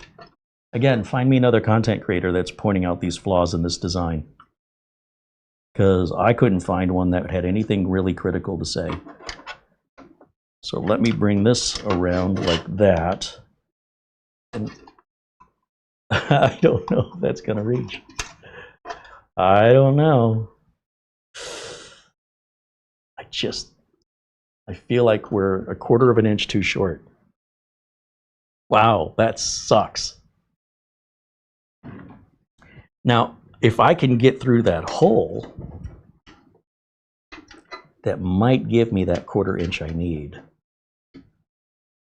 But, I mean, it's just not going to fit. It won't fit through there. So the solution is to use a completely different power supply. That'll be power supply number 6, or to buy a power supply EPS extension cable just because we need an extra quarter inch of space. So once again, Thermaltake continues to disappoint in every avenue of building a computer, from regular cable management from front port headers. Honestly, those aren't too bad here, but you know, from the radiator fitment to the power supply to the cable management, Thermaltake continues to disappoint on cable management. And I don't know why. Maybe Thermaltake's building these cases designed for wireless computers. What world do they live in where they don't have to deal with these cables? Or they're designing it in a proprietary method that forces you to have to use their power supply. But clearly, they're not forcing you to use their cooler because a competitor's cooler will fit a lot better. So that can't be the reasoning. So I don't know. I don't know what they're thinking. Let me just see if I can. Let's go up this way. Can I get this to reach? Hold on. We're stressing everything else out. Why not stress that cable too? All right. That's going to have to do. It's actually not as bad as I thought it would be. Here's the problem. I don't think I'm going to be able to put the cover on running the cable this way. I think the cable has to be inside. I don't think the cable can run there. We'll never get the bottom on. Pretty sure. I'm pretty sure you can't run any cables on the outside of this. So, hold on. I knew that was too easy. I knew it. So if we bring it up through the side here, this keeps the cable above this piece. But in doing so, it doesn't reach anymore. That's how tight it is. Let me just pull on it, stress it out to a level that makes me uncomfortable. That seems to be the motif for this case, is just stress every component. Oh, God, that just barely reaches. That is taut. But at least now we can put the cover on. Wow. I really wish other content creators were more honest or knew what they were doing, because I would have not selected this case. Who knows what motivates them? All right, I think we're ready for a power on. Now remember, this has our brand new Orico NVMe drive in there, so it's got no partition, no format, and no windows. So the first thing I want to do is simply apply power, keyboard, and mouse to this and make sure we get our power on self-test. The rest of these components that are sitting up on the desk here, there's an extra ARGB connector, these little dust covers that go on the ARGB plugs. You might want to use them again if they ever remove those plugs or ARGB for some reason. You don't want those hot lines just sticking out the ground against the case. You definitely want to insulate them with something if you're not going to use them anymore. So for that reason, we'll just keep those with the rest of the parts. And let me just clear some space here on my desk. There we go. Just put that in there. I'll save these little wire ties. I can reuse those. That's garbage there. Okay, getting there. We are getting there. These are spare parts. These don't go with the power supply cables. These go in the motherboard box with the Ziploc bag that contains solely the parts for the liquid cooler in case, again, parts change. You want to use the cooler on a different build or change the motherboard, you're going to want to hold on to those. Unless you think, hey, if I ever need a new cooler, I'll just buy one, in which case you can just toss that stuff in the trash. Your call. When you buy a machine pre-built, you don't usually get all the spare parts. You usually just get the machine as is. Like if you were to buy a pre-built gaming machine, they usually keep all the spare parts. They don't usually give that to the customer. You'll get the modular cables for your power supply, but usually like anything like other kinds of brackets for mounting, you won't get those. So when people do things themselves, they tend to keep a lot of the spare parts, but when you buy pre-built, they don't typically give you any spare parts. It's just sold already pre-configured for you. And if you need any help, then you contact them. So let's see, that's power and a keyboard and a mouse. We'll grab that. Here we go. And of course, our USB, we're going to plug that in right like there. And what else? Oh, HDMI. I need video, don't I? We're not plugging internet in. We're not plugging printers or flash drives or anything else in. Just 3 cables, power, HDMI output, and keyboard, mouse. That's it. That's how we want to test everything. Because if we add a bunch of other things and we're having a problem booting, we have more things to diagnose. And they're not needed to boot. So why invite that headache should something not fire up correctly? And if it does fire up correctly, then as we add things, if it stops firing up, we know it's one of the things we added. Much, much faster to diagnose and move forward. So if I go now to, let's go to this input over here. And this is HDMI 3. I think the power supply switch is on. I don't know. Let's see what happens. Yeah, maybe it's not on. Let me check. That's under here, right? Yeah. I'll just flip it the other way. I don't know.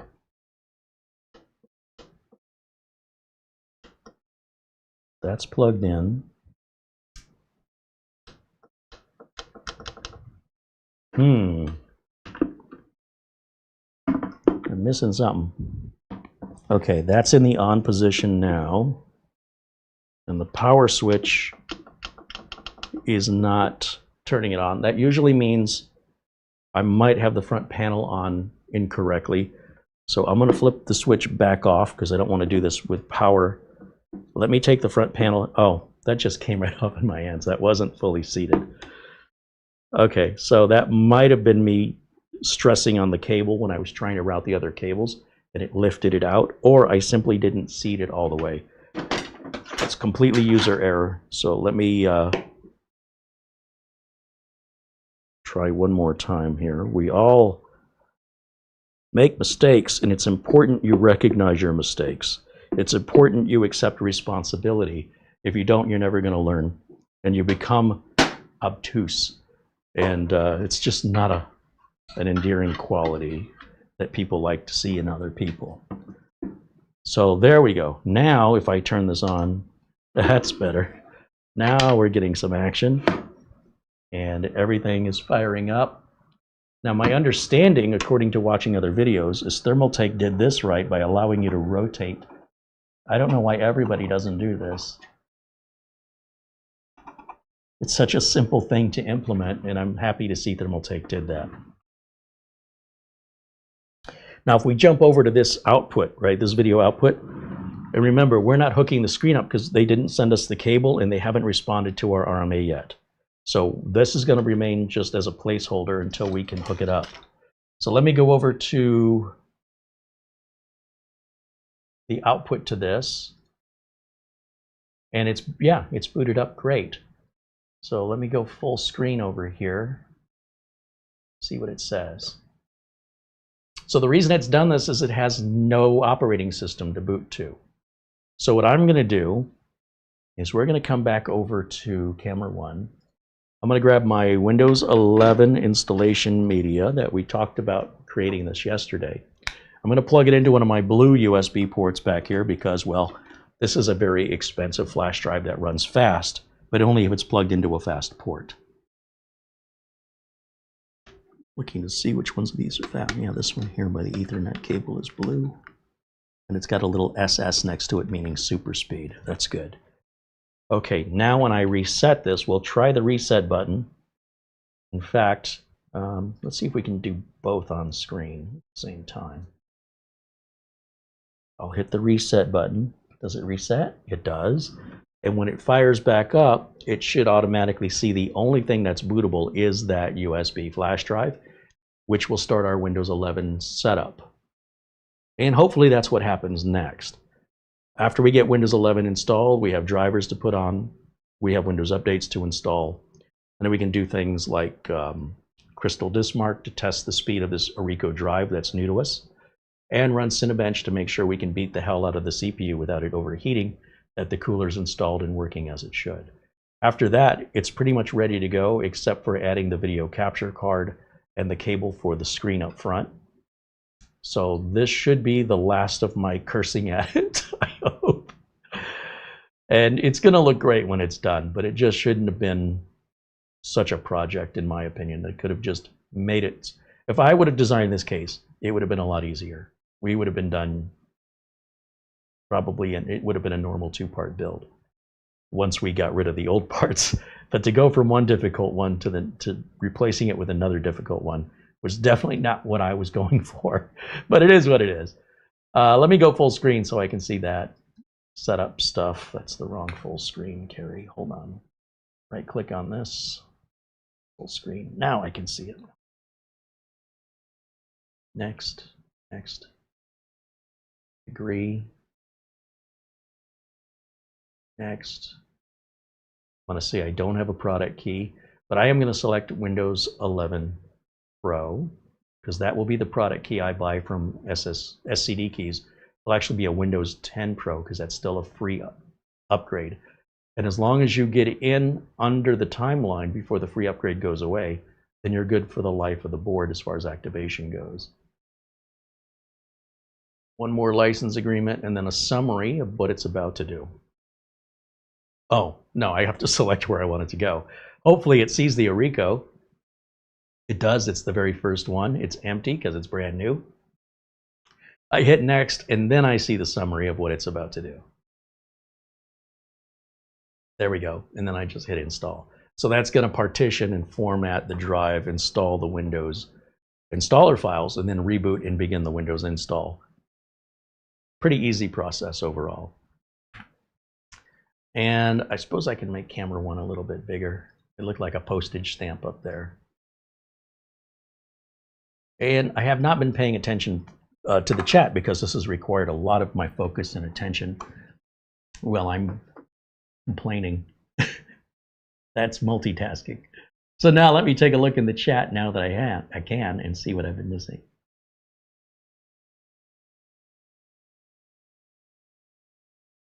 Mark Leibowitz mentions he ordered a 1 terabyte version of the Orico drive. We have the 2 terabyte version.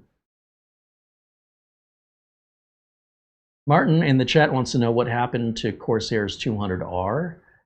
You'd have to ask Corsair. You know, we're not in charge of what's going on over there, and they don't report into us. So I'm sorry, I don't know answers to other people's questions. Frank Jimmy says, Kevin O'Leary would also say Thermaltake is radioactive. I've never heard him say that, but you know, I also don't watch a lot of Shark Tank. Jim Kenny says he got the little mini keyboard and mouse I use up here, and he likes it. I mean, it's a good keyboard, and I have very limited workbench space. So for me, you know, while I prefer a much larger keyboard, you know, a full size, when it comes to working on the bench, having a smaller keyboard is very beneficial. And I've tried a lot of them before I settled on this one. And that's my preference. You know, we don't have to put batteries in these. They already have rechargeable batteries. So once every few months, I plug them in to charge them up through USB. I go to bed, I wake up in the morning, they're charged. I'm good for another 3 months. And they're very comfortable to use.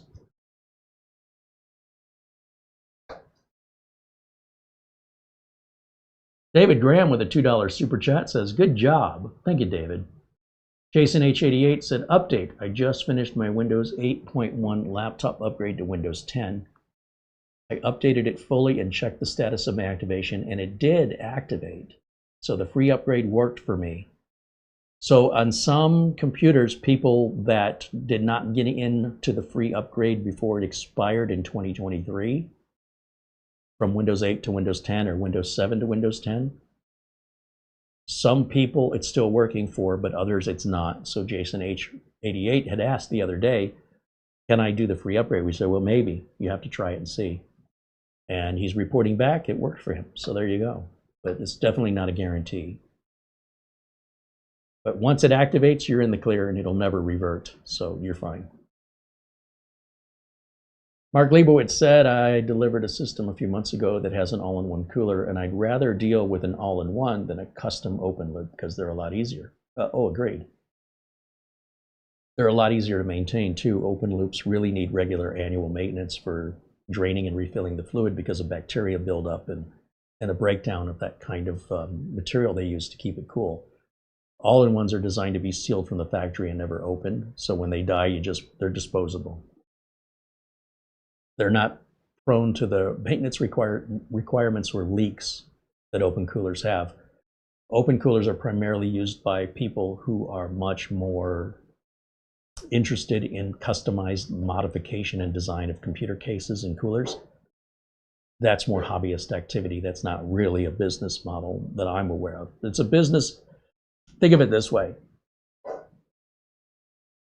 In the gold rush in California in the 1800s, a lot of people went out to California thinking they were going to dig for gold and be millionaires, but very few actually succeeded. The people who universally succeeded were the people who sold the pickaxes and the shovels and the wheelbarrows. They cleaned up, okay? So in much the same way, the people who make custom open loop cooler parts, they're making money. That's a business. The people designing and using them is generally not a profitable business. So it's something somebody does at home for a hobby. I don't have the time, the patience, or even the skill, let alone the desire to even want to entertain a custom loop. They're also profoundly expensive. So again, as a business model, selling custom loops, there's no money.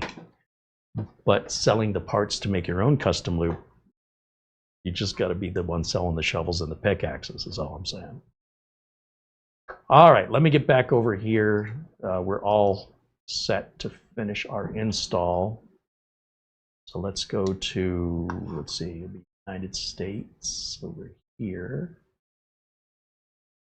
US keyboard, no secondary keyboard. I'm not going to connect to the internet at this time.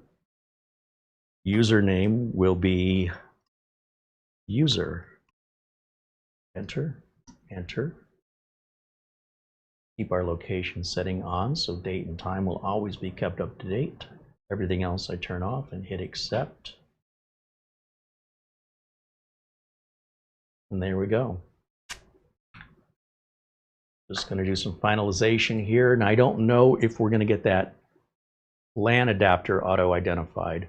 Yesterday I mentioned how the LAN adapters like the Amazon Basics is $10. I got an email today from Woot, just out of coincidence when I checked my email. It said the Amazon adapter is $4.99. It's so cheap. Let me see if I can find it for you. I don't think you need a special link for it, but I know it's at Woot, and Woot is like a discount arm of Amazon, and they have some kind of a relationship. So when you order from Woot, Woot is an Amazon company, and you're going to get a receipt from Amazon. So let's do a quick search on Woot, WOOT.com, and you can use your Amazon login if you need to. But let's go to, where's my search? Does Woot not have a search? Forums, account, cart, computers, electronic. I'm going to go to computers, subcategories, parts and components.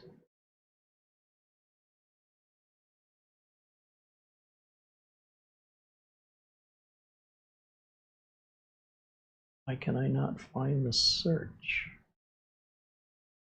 I need to search for the search.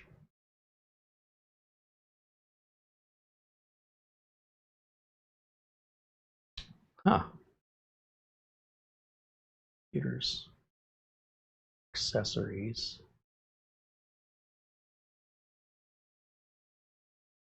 And when they run deals on Woot, it usually is for an extremely limited amount of time or until it sells out. It usually, whatever it is they're selling, sells out pretty quick. So I might be a little late to showing this to you because it's been since this morning. I see one from StarTech, but it's only a 100 megabit connector.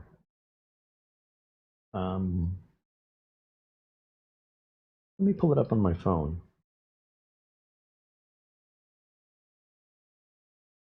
How are we doing over here? Oh, we're already booted up. Okay, good. But this is the Woot site right there. Yeah, let me take a look if it's still available. Maybe I'll just start with that before I try and look for it. That email came in at 11 o'clock this morning. Amazon Basics aluminum USB 3.0 gigabit Ethernet adapter, $4.99, free shipping with Prime. Let's see if it's still available. Get deal at Woot. 4 days left or until sold out. Great. How do I get this on the screen? I'm going to share this link over to Mara and see if she can add it to the video notes. That might be the easiest way to do it. Because I don't know why I'm having difficulty searching Woot. Amazon Basics. Why is that so hard to find? All deals. Electronics, computers, forums, account. Yeah, I don't see a search.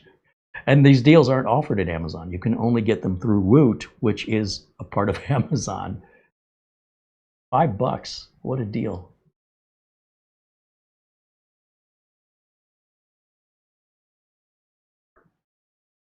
So yeah, I'll just ask Mara to put the link in there. Because I want to get back to this. I want to start Windows updates, and I also want to see the device manager to see where we're at. So let me come back over here, get rid of camera 1 for a second, and go full screen on the desktop. So I can see it the way you guys at home see it. Clearly we're in 4K here, so let me bring that back down to 1080. Oh, it's not going to let me because the video driver's not in yet. So instead, we'll just right-click, go to Device Manager. Clearly, we're going to need a video driver. I think our network adapter is detected, though. So if that's the case, let me go back to camera 1 real quick. I no longer need my Windows 11 install flash drive. We're done with that. And if I look here on the floor, I know I have an Ethernet cable that I can steal. This one ought to do it. And let's just plug it in and see if the bottom right corner detects and automatically obtains an IP address, which I'm pretty certain it's going to. Yeah, so the device manager, or rather the network card, did get an automatic driver from Windows 11.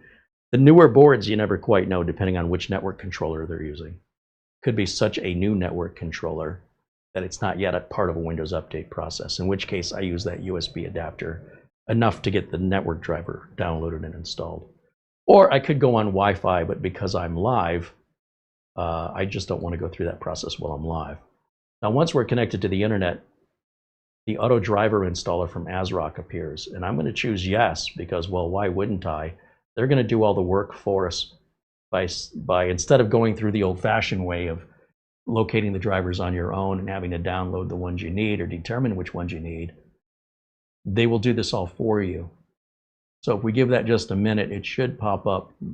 It'll analyze what's on our system and verify what they're recommending for drivers that are either out of date or missing entirely. And you'll notice they're not trying to put any third-party software on here. There's no Norton or McAfee. This is all literally just drivers. I can't say the same for ASUS. You got to be very careful because you might end up with junk on your system. You might just put your own bloatware on your own system. So ASRock's keeping it honest here, and I appreciate that. So if we hit update, in theory, that takes care of all of these missing drivers, and we don't have to guess or locate and determine which is which. Now, other manufacturers do offer that, but you do have to watch for the bloatware that they like to sneak in. And if you don't want to play that game, then you can go back to just downloading manually and not worry about it. When you see the screen blank out like that, that's clearly a video driver being installed. And once the video driver is installed, we'll be able to change our resolution back to what I prefer, so I can read it 1920 by 1080. But the reason it's shaded out is the driver. We have a basic driver, and that's what they're giving us for whatever reason. Probably because the CPU is so new. It's just not a defaulted driver in the Windows 11 installer. Now, we might get some of these drivers through Windows Update, but then we'll still have to go back to this auto driver installer to verify. So why not just start here instead? That's the way I see it. When this is done, it's going to want to reboot, and then those drivers should take effect, and then we can go to Windows Update, download our updates, and then from there we can run some tests like the benchmarks on the NVMe drive that's new to us, as well as the benchmarks on the CPU and the temperatures in Cinebench. And then after that, there's going to be some Thermaltake software that's used to go with the cooler as well as to go to the LCD screen, which it's optional. We don't have to use it. And until I get the cable for the LCD screen, it's kind of pointless for me to worry about that right now because I won't be able to fully configure it until I get that screen hooked up. The only way I can get that screen hooked up right now is to leave it external. But when it's installed in the case, the cable won't fit on it anymore. I can't be bothered, honestly. I'll just wait till I have the right cable and do it all one time. That's my preference. You can see the device manager's clearing up items as it's installing. I normally don't keep the device manager open while I do this, but just for the sake of education, you can actually see it's processing. Because you can't really tell looking at the little spinning toilet bowl flushing there that it's actually doing anything at all. So if you're skeptical like I am, and you wonder, does the refrigerator light actually shut off when I close the door? You know, that gives me some peace of mind. It is actually doing something.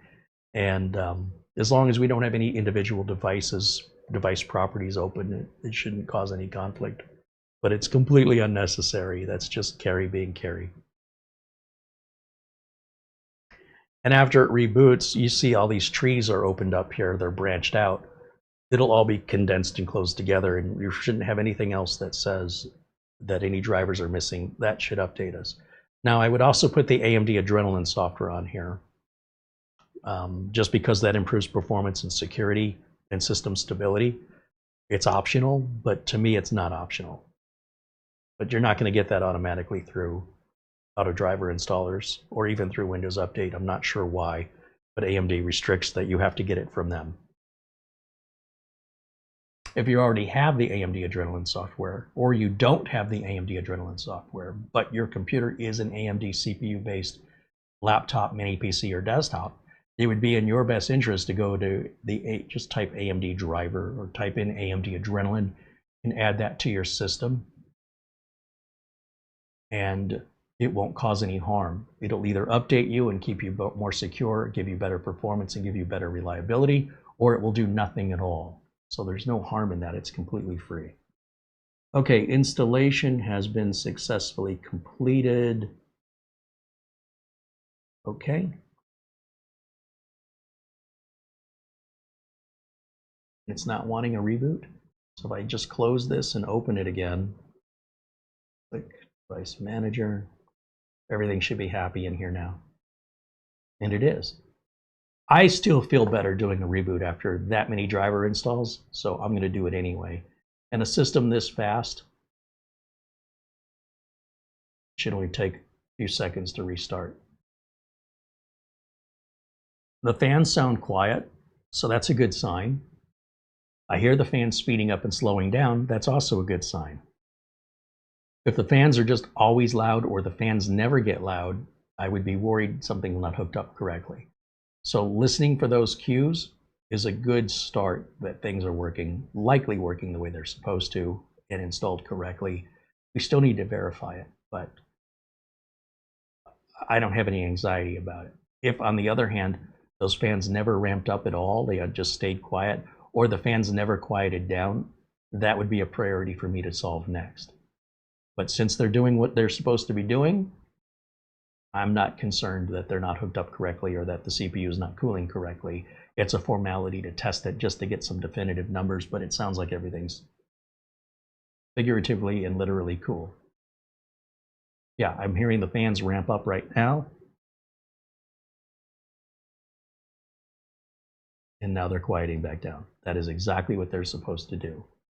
Now I can change my resolution. So right click, go to display settings, and I should be able to change to 1920 by 1080, which is right, where did it go? 1920 by, keep that. Now I can read it. And we'll go to, I guess I could have left that open. We'll go to settings. I don't want that. I'm gonna go to settings. Yeah, those fans are getting loud again. Windows Update. And it's well, that's why the fans are getting loud. It's already started to do updates in the background. So we're going to hit install all here.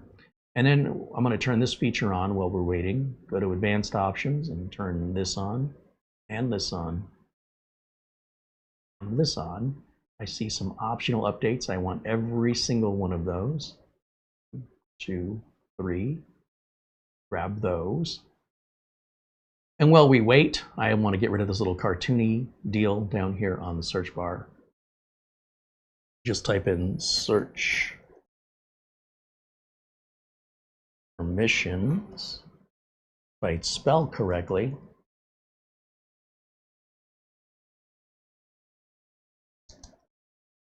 Right there, search permissions and history. Scroll down under more settings, just turn that off. I want to check my power saving settings because I don't want the computer to go to sleep while we're working on it. So edit power, I don't have to spell it any further than that. And I definitely don't want my screen turning off in 5 minutes. I'm going to set it for 3 hours because we're live, but I never want this computer to sleep because it doesn't run on batteries. That shouldn't even be available to any computer that doesn't run on batteries, in my opinion, because it creates a lot of problems with support calls coming in that their computers don't wake up properly. And that's almost always a video card driver related problem that, you know, it's very difficult sometimes to get the manufacturers on board. And I'm going to go ahead and restart this now, even though I normally wait for updates to finish. I figure, what the heck, let's just keep rolling on this. It's running really, really fast, which is what I expect it to do. So far, Everything's working good.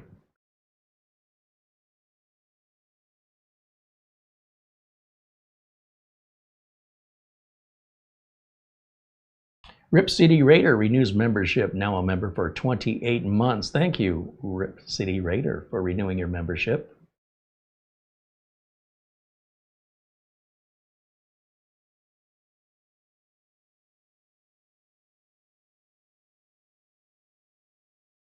Mara says she added the Woot deal link into our video notes. It's only good for a couple days. $5 for a USB network adapter is a hell of a deal. It's not one of those things you're going to wait till you need it. If I were you, I'd buy it, keep it in a drawer, especially if you're someone that reinstalls Windows or helps friends, and especially if you're doing it for a living. It's an absolute required tool. If you want to, be efficient and seem like you know what you're doing, having the right tools is a key to that. And there's no excuse to not have it at $5. All right, let me go back over to the desktop and back to Windows updates.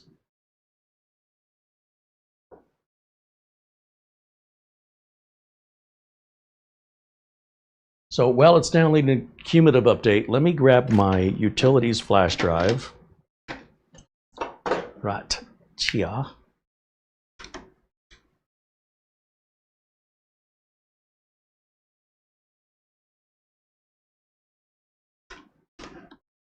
And while we're installing, we can copy over the testing software, as well as the other modifications that I make on my builds, which includes my Windows 10 optimizer. Yes, there will be a Windows 11 optimizer, but we're in no hurry for it, with Windows 10 being extended, optionally for 12 more months.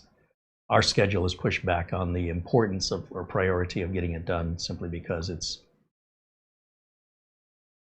I don't want two optimizers. It's too confusing. So we're going to deprecate or sunset the old Windows 10 optimizer once the 11 optimizer is up, and nobody would be running Windows 10 supported anymore. So if Microsoft wants to support it, so will we.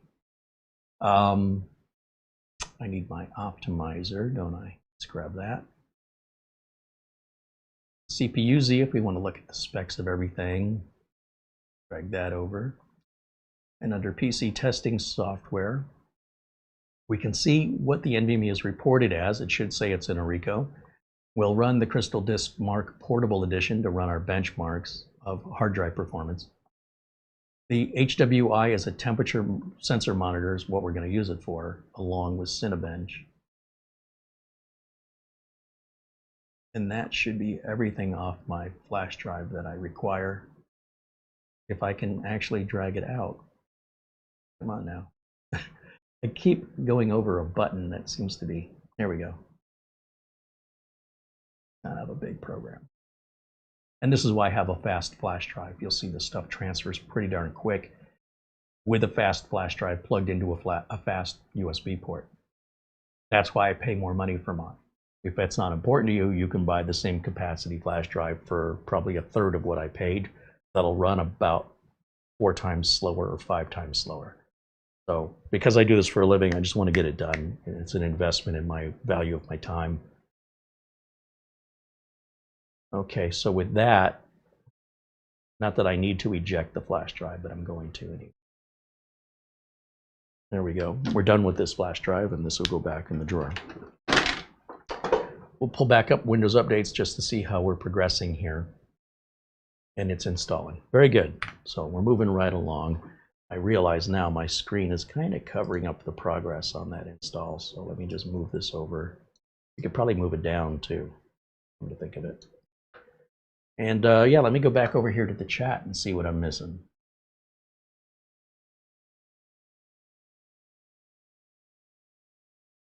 JD52 says Carey's time is valuable. Well, how much money do I want to make today? If I spend all day on one project, I'm probably not going to make much money today. If I can help 2 customers and bill 2 customers in one day, I just doubled my income. If I can help 3 customers in one day, I've tripled my income for one day. So it's not that time is necessarily valuable, it's how do I wish to invest it for the best return? So if I'm spending a bit more on a flash drive, that will pay for itself back in the amount of time I'm saving waiting for multiple installs, because I'm always waiting. Anything that can reduce the amount of waiting and put it back on me, right, to do the work. But I can't do the work until the waiting is done. So anything that can speed that up means a customer gets help faster. The idea of being able to help another customer that same day is highly more likely. And those customers being happier because they didn't have to wait as long and the repair didn't take as long. Therefore, they're probably paying me less for an extended repair that took up more time, saves the customers money, gets them back up and running sooner, and they're more than likely going to be happy and refer me and recommend me. So how you decide to invest your time is no different than how you decide to invest your money. And in my case, how that time is invested determines how much money I make and how many people I can help. So that's how I see it. I don't come across like, oh, my time is valuable. It's just, I have a lot of people to help. Do you want to wait? If you go to the hospital with a gunshot wound, you sort of want to be served right away, right? So it's, people call me often, they're in a panic like that. They're freaking out. And if they wait too long, they're going to call somebody else and I'll lose that money altogether. Now, if I had employees that I could just immediately disperse, that'd be fine, but customers aren't paying for that service. My retainer customers do get priority service. So it's a good thing I'm not running a hospital. Did you schedule an appointment? I didn't know I was going to be shot. Well, that's emergency room fees. That's about 5 times to 8 times more expensive than a regular doctor visit. You won't walk into an emergency room in America for under $1,200. Just walking in the door, you're at $1,200. So I could do the same thing with my business. I could say, you know, sorry, customer, I'm not going to finish this job. Another customer's called me that's going to pay me more. I'll come back when I'm done with them. That's not going to fly for me or my customer. So that's why I'm in the situation I'm in, being self-employed.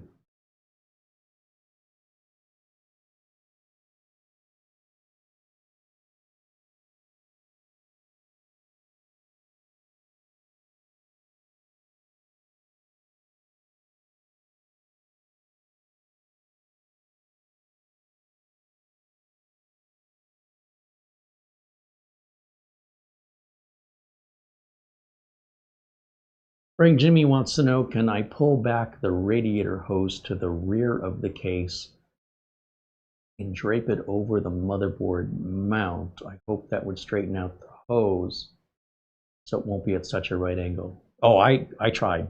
That's not going anywhere. It's a tight fit. There's really no movement, unfortunately. It's just the way they designed the hoses going into the radiator on a fixed connection. It doesn't swivel, so no matter how you orient it, no matter what you do, unless you can lower the top of the motherboard tray, there's no getting around it. It doesn't matter if you go to the other side. If anything, it's worse on the other side. That is the best case scenario, is the way I'm showing it. And, you know, the parts just don't seem to be made to go together. I like the way you think, but unfortunately, not that simple. Peter VZ with a €1 super chat a little earlier. Thank you, Peter, joining us from the Netherlands. Let me scroll all the way up because I know I've missed a lot here. Luke Walker saying hello. There's Taffer9876 joining us.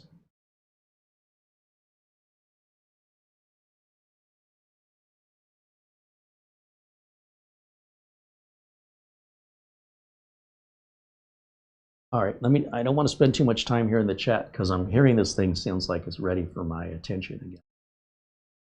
What's it doing? I got no signal. I heard the fans get real quiet, so I'm just checking in to see why are we not getting a signal? Oh, because it's rebooting. Okay. Thought we were past that.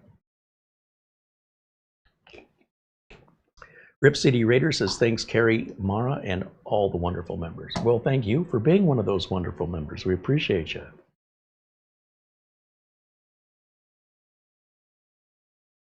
Okay, let's get rid of camera one here for a second. Opt out of backup. Skip for now. I'm going to run my optimizer. That'll take just a second.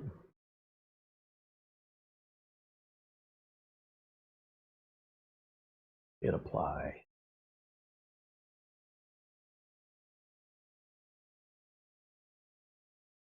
Man, this thing is moving quick. Holy moly. All right, let's reboot again. See what kind of boot up times we get on this bad boy. It should be one of the fastest systems we've ever built. Waiting for the post. Remember, we have 96 gigs of RAM in here, so the post may take a little bit longer than what you're used to. That's the downside of adding more RAM. Okay.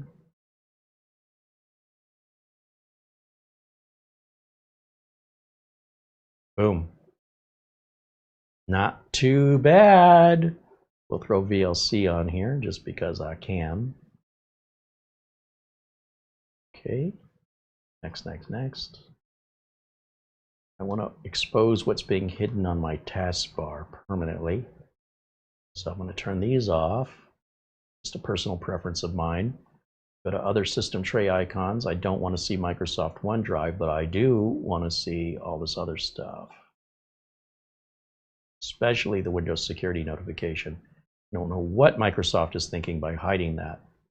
You know there's bureaucracy in place that you would hide something so critically important that has an issue. You see the yellow triangle? It says there's a problem. How would we know when they hid the... They alert us to a problem and hide the alert. What are they thinking at Microsoft? Or are they thinking at all? Let's see what it is. It probably just wants us to sign into Microsoft account, so that's not a real alert. And why this other option here is not turned on by default, the app and browser control, that should be the default. To have to manually turn that on makes no sense to me. But that should be happy now, and that should never be hidden. It should always be visible, and Microsoft's defaults suck. Now, if we want to pull up, I mean, my first concern right now is my CPU, that this cooler is working adequately. It's the most expensive part in the whole build, and it's a hard to get part. I think I waited 2 weeks after I spent $700 before I'd even get it in the mail from Amazon. So let's go to HWI, which this wallpaper is making everything really hard to see. Let's personalize and change this just to basic Windows wallpaper. Finally, I can see my desktop now in HWI. So let's just do that. HWI, 64-bit. I just want the sensors and hit start. And then we're going to go to, Cinebench here. We'll close that. Bring this up. So there we go. In just a minute, that Cinebench software should fire up. I did click on it, didn't I? I do everything so quickly, sometimes I can't remember. Cinebench. Didn't I click on this?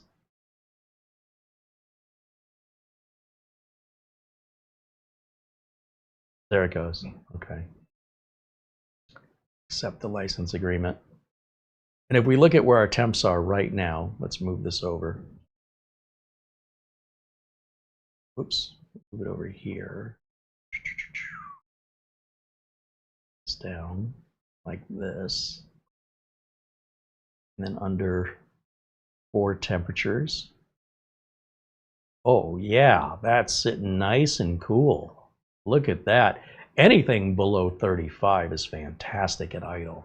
Let's go ahead and start our multi-core test first. This is just a CPU test. And in the first 2 minutes of this test, hold on a second, let me get this all straightened out. Close this out, bring this up, and bring this up. This is the temps we're running right now on this left side. These are the coolest temps it's recorded since the software was started, this particular piece of software. And on the right side, these are going to hold the peak temperatures that have been reached, even if just for a moment. And wow, those fans really getting loud right now.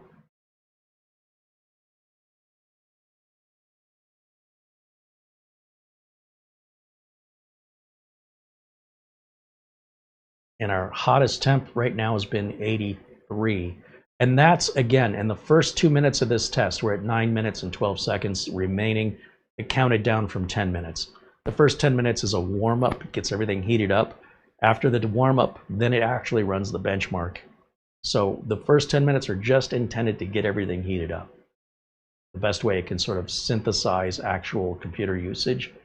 Most people don't just turn their computers on and start cranking out videos. You're usually starting the video software, scrubbing around and editing the video, and then finally when you hit render, you know the machine's been on and it's been getting warm, so that when you go to hit the render button, which is very, very intensive, resource intensive on the CPU, if it was already hot to begin with, well, you're probably in trouble. So we want to keep in mind that in order to do a proper synthetic test, that we emulate the way computers are actually used. Even though there's no 100% way to do that with any accuracy, you can understand the logic behind it. I mean, right now, this Core 14 getting pretty warm. And I think the 98, what is this, a 9950 X3D? I think its thermal junction is 105 degrees Celsius. We're quite a long way away from that. So what I'm going to do is I'm going to go over to my desktop here and ask, well, first of all, my browser chat room crashed, so hold on, let me bring that back. What is the TJ Max on a 9950 X3D? 95, not 105, it's 95. All right. So at 95 degrees Celsius is where the CPU will start to throttle itself and slow down to protect itself from overheating. And again, looking at our maximum temps, and this thing is beating the heck out of this computer.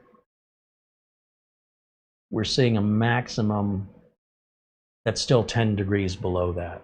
So it looks like 85.6, just there on Core 12. And again, that was momentary. It only hit that temperature for a moment. It throttled up, just like a turbo on a car. It's not meant to run all the time. It gives you your boost when you need it, and then it goes back to not using the turbo when your RPMs are lower on the car. So much the same way, this is very similar technology. In this case, you know, we have, think of it as a piston. One piston's running hotter than the other pistons. That's the way an engine works too. You'll always have one or two pistons side by side that run hotter on almost every engine design. So depending on where this core is located in proximity to the other cores soldered down onto the CPU, can affect the heat of the neighboring chip affecting it. So in any event, this looks really, really good. And the fans are absolutely cranked up, as they should be when it's working this hard. And it looks like it's doing a good job. So at least the pain in the ass of installing it, the parts are doing what they're supposed to do, that they are adequate. Because if they weren't, we'd have to take it all back apart again, or at least the cooler, and buy a better cooler for such a high-end chip. So I had a feeling this was going to be okay, but I'd rather have facts that it's going to be okay. So we're going to let that run, and as it's running, I'll take a look here in the chat room. Gilberto Colazzo says he ordered the Amazon Basics aluminum 3.0 gigabit Ethernet adapter from Woot. Thank you, Carey. I want to see you guys save money, man. That's half price. If you use it once, it will have paid for itself. If you loan it to a friend who needs it, it will have paid for itself. I cannot eat at Arby's for lunch for $5. I can barely get a large drink. That won't even buy me a large drink at the movie theater. That's like $8. And this cable, it'll last you a lifetime until you lose it. That'll probably be what happens. You'll lose it. It's not like it's going to break on you unless you're really abusive to it. So yeah, should be a great little $5 investment. John Paul Bacon wants to know, would a 240 millimeter all-in-one be a better option? Going smaller on your cooler is never a better option if your goal is to have the best cooling. The bigger the cooler is, the better it will cool. So if you've got an overkill cooler that you don't need to have on a chip that's not getting as hot or as difficult to cool, then you can save some money. The problem is really, will it fit, right? If you put a cooler on that's the biggest cooler you can buy, that is likely going to give you the best cooling performance. Now, that doesn't mean you need the best cooling performance, but it certainly makes the system more upgradable should you decide to upgrade your CPU and find out now the smaller cooler is not adequate. So there's no right or wrong answer here. For a 9950 X3D, there is no more expensive AMD Ryzen CPU for consumers on the market today. This is as expensive as it gets. This is as fast as it gets. There is nothing faster, more powerful, or more expensive today. So then why would you buy something at that level only to cheap out on a smaller, less expensive cooler? In what world does that make sense to you? So for those reasons, I hope that answers your question. I'm going to step away for just a second and renew my Gatorade because it's room temperature. And then after this test is run, we'll go ahead and run Crystal Disk Mark and see what kind of numbers we're getting out of that Orico flash drive. After that, I will likely later tonight go ahead and maybe I'll put the AMD Adrenalin software on there and activate Windows, which I don't think I did yet. So I'll buy my key at SCD Keys for Windows 10 Pro, then activate that board for life, never have to revisit that again. And I will set everything aside for tomorrow's video, and I'll save the cable management until after we get the resolution to the wrong cable on the screen. Because if I don't have that cable, I may end up having to undo some of the cable management if I do it too soon. And I only want to do it once. So I'll leave all the panels off and just leave it and set it aside. And I can also add my video capture card. In fact, we could start using it as the streamer starting tomorrow, which I might do. We'll see how I feel tonight if I want to get to it. I just don't want to, push myself to do all the cable management and have to take it back apart for the screen, only to run the cable management again. So I'm not going to put the covers on it or anything. I'll leave it open until it's done.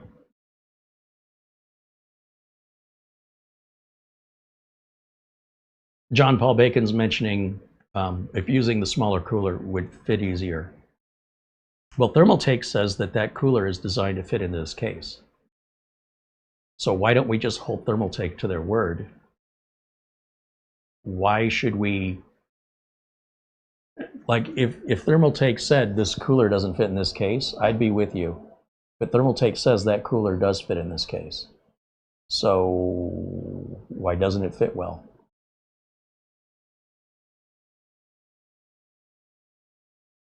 I'm not taking the cooler out. I'm not returning it. I'm not repeating this job again. I'm fed up. It's working.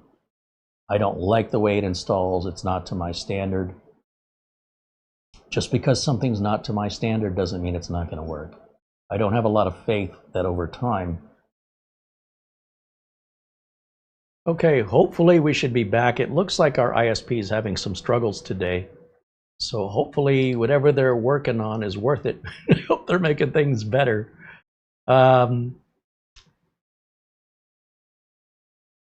Whatever it is, they're gonna hopefully be resolving the issue by the end of today, I hope.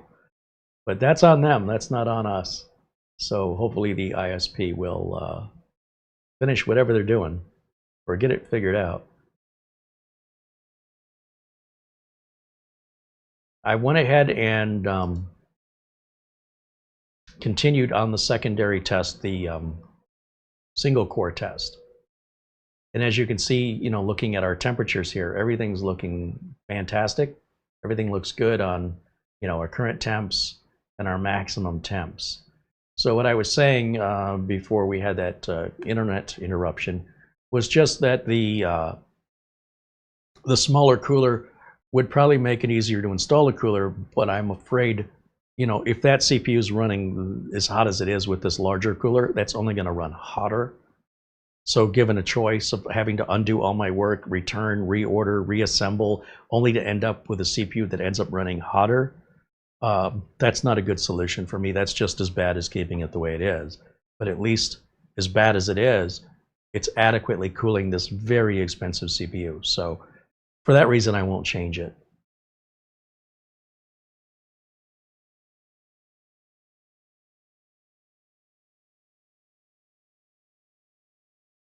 So once this test is done, and the good news is this test has been running the whole time. So, you know, you guys don't have to additionally wait longer for the test because of the internet interruption. We still continued it. And the history of temperatures remains no different. So if you have any other questions for me, this is a good time to ask while we wait for the tests to complete. Then we'll run Crystal Dismark, and then we're going to wrap it up for today. As I mentioned, I intend to keep all the covers off and leave it in this condition. Aside from doing some customization, like I'll put OBS on there along with my video assets and configurations. I'll also throw the video capture card and required drivers on there, as well as AMD Adrenalin software and just little fine-tuning preference options that I like. So then we can start streaming from it as is, but it's not done until the LCD screen is hooked up and the cable management is completed and the panels will go back on. But we can start using it. John Paul Bacon wants to know if the temperatures will get better after the panels are on. Not likely, because all the temperature is being moved into the radiator. So any sort of airflow coming in off the sides that's open like this isn't really having any effect on the CPU since we have a water block on it. However, when you're dealing with graphics cards or other devices in the machine, those panels can absolutely make a difference. But I mean, the proof is in the pudding. We'll have to just put the panels on it and see. But even if it ran 3 degrees warmer or 3 degrees cooler, it doesn't really change anything. Everything's well within variance of engineering specifications. And there's nothing to be anxietied about or have fear or concern over. It wouldn't make that big of a difference for better or for worse, so it shouldn't even be a concern. Now, if, on the other hand, this cooler was just barely getting us by, and let's say our CPU temps were hitting, you know, 94 degrees, then I would be concerned if those additional 2 or 3 degrees of additional heat could cause us a thermal junction. If that happens, then that would be a reasonable concern. But we're more than 10 degrees Celsius away from that, and there's never a case where there's a 10 degrees Celsius difference if the panels are on or not. And again, because we're using a liquid cooler that's drawing air in from outside of the case, from the very top, it's pulling air in, that won't change whether the panels are on or off as far as our CPU temps go.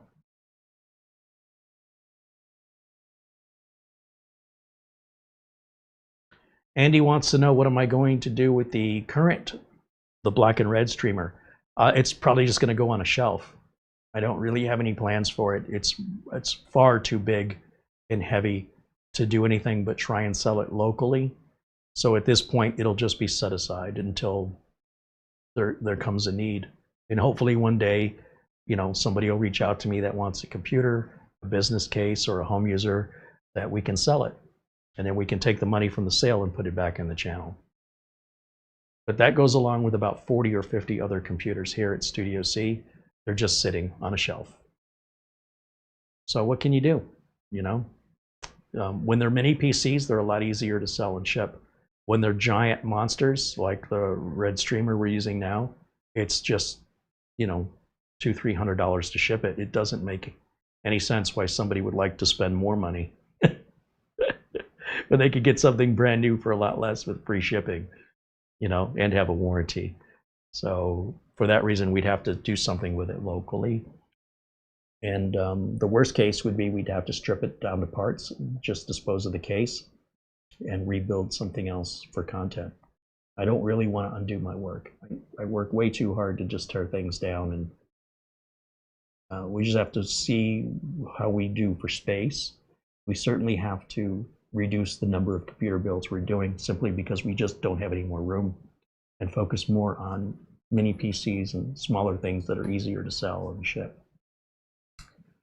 That's the reality of the world today. Even our good friend Mike's Unboxing is like, you know, I'm going to build this computer even though I know nobody's buying right now, but I'm going to build it anyway. Well, that's what I've been doing, and now we're up to about 40 or 50 computers just sitting here. And it's really crowded in here because of that. And they're just depreciating in value while they sit. But they're in perfectly good shape. I'm not just going to give them away to strangers. And I need to recoup some money to be able to reinvest back into the channel. So I'm sort of stuck right now, and I don't have the answer for that. For now, it'll just go on a shelf. To be determined. All right, I think our testing's done. So let me go back over here to my screen. Okay, this is our final numbers, and it never really got any hotter. Everything looks really nice and cool here. And our benchmark score, you know, no surprise, we're up above, you know, even Threadrippers at this point. Let me go ahead and do a screenshot of this. So we'll save our results. I think that's what, function print screen on this keyboard. And I'll open Microsoft Paint, and we'll paste that right in there. I think. Where's my Microsoft Paint? It says it's open. What is it doing? Hello? Where did it go?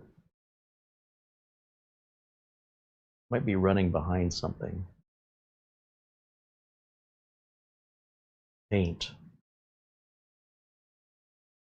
Hey, there it is. And then edit, paste. And then let's save that as a JPEG to the desktop. We'll call it Cinebench R23 results. Yeah, that way I'll have a record of it. And I'll just, oh, now it opened 3 times. I see. Going to be in Generation 5 territory. And when you consider the price they want for this, that's one of the best performing drives we've ever tested. You're having lots of different... I seem up and running here. Nothing seems wrong here. Oh, I do see people say there's buffering and stuttering, but right now, like that might have happened a few seconds ago when I'm not paying attention. Okay, well, I'm almost done. So whatever the ISP is doing, we'll give them a chance to work it out. Let's go maybe 10 more minutes and we'll be finished. We apologize for the technical issues, but it is definitely on the ISP here. It's not on us. So they're going to have to sort that out. Maybe they're upgrading something. I don't know. Maybe they're getting attacked. Maybe, you know, big ISPs get attacked, but they have security teams in place to identify and isolate that. So usually those attackers, if that's a scenario, they're usually caught and arrested. The more they do it, the more likely. It's like shoplifting, you know. If that's what's happening and we don't know what's happening, but if somebody shoplifts and gets away with it, they eventually get so bold that they shoplift more often and bigger things, which leads to them getting caught. So I say if it's an attack, let them attack, because they're just opening up the opportunity to figure out who to hold responsible and hold them accountable. And if it's an upgrade, then let them upgrade. You know what I mean? There's no way that you can upgrade without causing some internet outages. Or if they're, you know, in the summertime, they could be having heat-related component failures in certain parts of the city. So I don't know how many people this is affecting. So for that reason, I'm not going to reschedule the show or anything. We just keep going. We're almost done. And look at the right numbers on this, 6306. So I have to say, this Orico drive, absolutely, the hype is real. Because when you think about how much you're going to pay for a 2 terabyte Gen 4 drive that can run at those speeds, I don't think you'll find one less expensive than the Orico with the same 5-year warranty. We're going to keep it in the streaming machine so that we're going to do a real long-term test on this. So if we exhibit an early failure, or if we have to do an RMA and we see what their customer service is like, I've never seen an NVMe drive ever fail. Ever, ever, ever. So this, we have to start somewhere. I would not make a customer my guinea pig. So I'm going to make myself the guinea pig. We're going to rely on that drive when we make this our streamer, when I finish it up. And should it fail, you know, that's a serious interruption to my ability to continue my work. I'm not going to be happy about it. On the other hand, if it does really well, which I expect it will, otherwise I wouldn't be doing this, then you can absolutely buy with peace of mind that you don't have to pay the name brand taxes on names like Western Digital and Samsung, when you can get a drive that performs even better for less money with the same warranty and peace of mind. I hope that's what the end result is. However, when do you determine that? You know what I mean? Do you wait a year, 2 years? If you wait that long, is it even still made anymore? But one thing's for sure, as long as you see this green PC, it's going to have that Orico drive in it. So if you're ever curious, how's that Orico drive working out? It's in this computer. And it's going to stay there unless it fails or there's a problem. But I mean, those numbers look fantastic. I am very happy with this. I should see if Orico will send me some more. I like it a lot.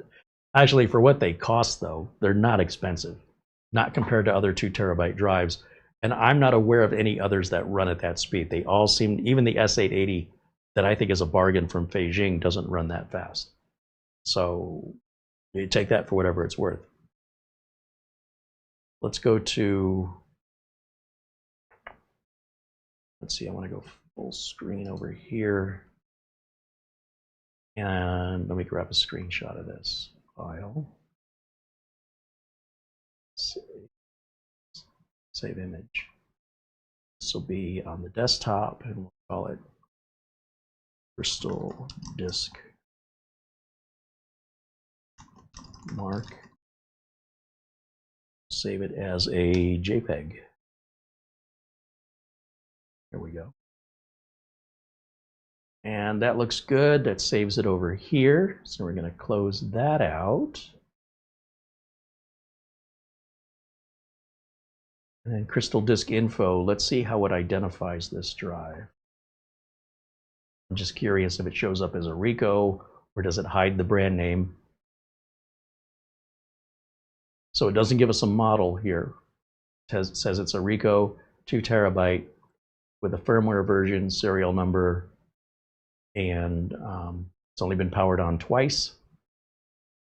The power on hours is 0, so we haven't used it enough. Obviously, just out of the box, fresh and new, very low writes and reads on it because it's brand new.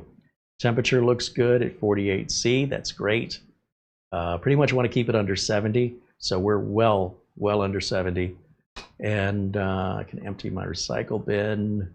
And I suppose the last thing I can do is just take a look at our system properties and device manager one last time. Not the event viewer, Carey. Click the wrong thing. Right click on the start menu, go to system, and there is our 96 gigs of RAM, our 9950 X3D CPU, and our Windows 11 Pro, which we will have to activate, I'm sure. If we look for activation, we're not going to be activated. Oh, we are activated. Oh, maybe I did buy a license key for it and I don't remember. Well, good. Well, there's one less thing I have to do later. And then if we look at the device manager, we should see and confirm that everything is happy in there. Everything's happy. So yeah, I suppose just the AMD Adrenalin software. So I have the AMD logo down here. I'll uninstall Teams and some of the other apps. I don't like the default apps that Windows 11 puts in, but they're not bloatware. They're just little annoyance things that I get rid of, mainly because of my OCD. And like I said, I can put the capture card in it and we can start using this as the streamer starting tomorrow in our members only video. So if you're a member, you have the advantage of watching our videos that are members only. Every Monday, they start at 1 o'clock Pacific time. We usually go 2 to 3 hours as normal, but it's a much smaller audience. So it's a lot more informal, more like friends hanging out. And then as far as Tuesday, I think we've got the Mini Swarm N5 Pro ready to go for Tuesday. And the Nemo bare bones laptop, I want to do that this week too. So we got some exciting stuff lined up for you this week that I'm excited for, but I need to get this off the bench to make room for it all. And let's see, there's a few other things I'll talk about tomorrow on the members only video. So if you're a member, we hope to see you in there. And if you are a member, thank you for making this video possible. All of the components, except for that Orico NVMe drive, were paid for by contributions from our viewers. We have accepted no sponsorship, which should be obvious, from Thermaltake, nor have we ever in the history of this channel. So we can remain unbiased and give you my real opinions, and I'm not holding back. If I like something and I'm super enthusiastic, it's not because they're paying me. And if I really despise something and it really upsets me because it doesn't make any sense and I find it personally insulting that they think I'm that dumb, I'm not holding that back either. I can't speak for other content creators. You need to decide that on your own. But we try to keep things as open and transparent as possible so that I'm talking to my audience the same way I talk to my customers who pay me. Direct and honest. I have nothing to lose.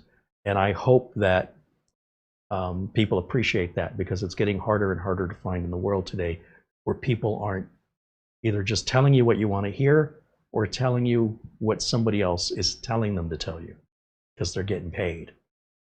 I'm not that easily bought.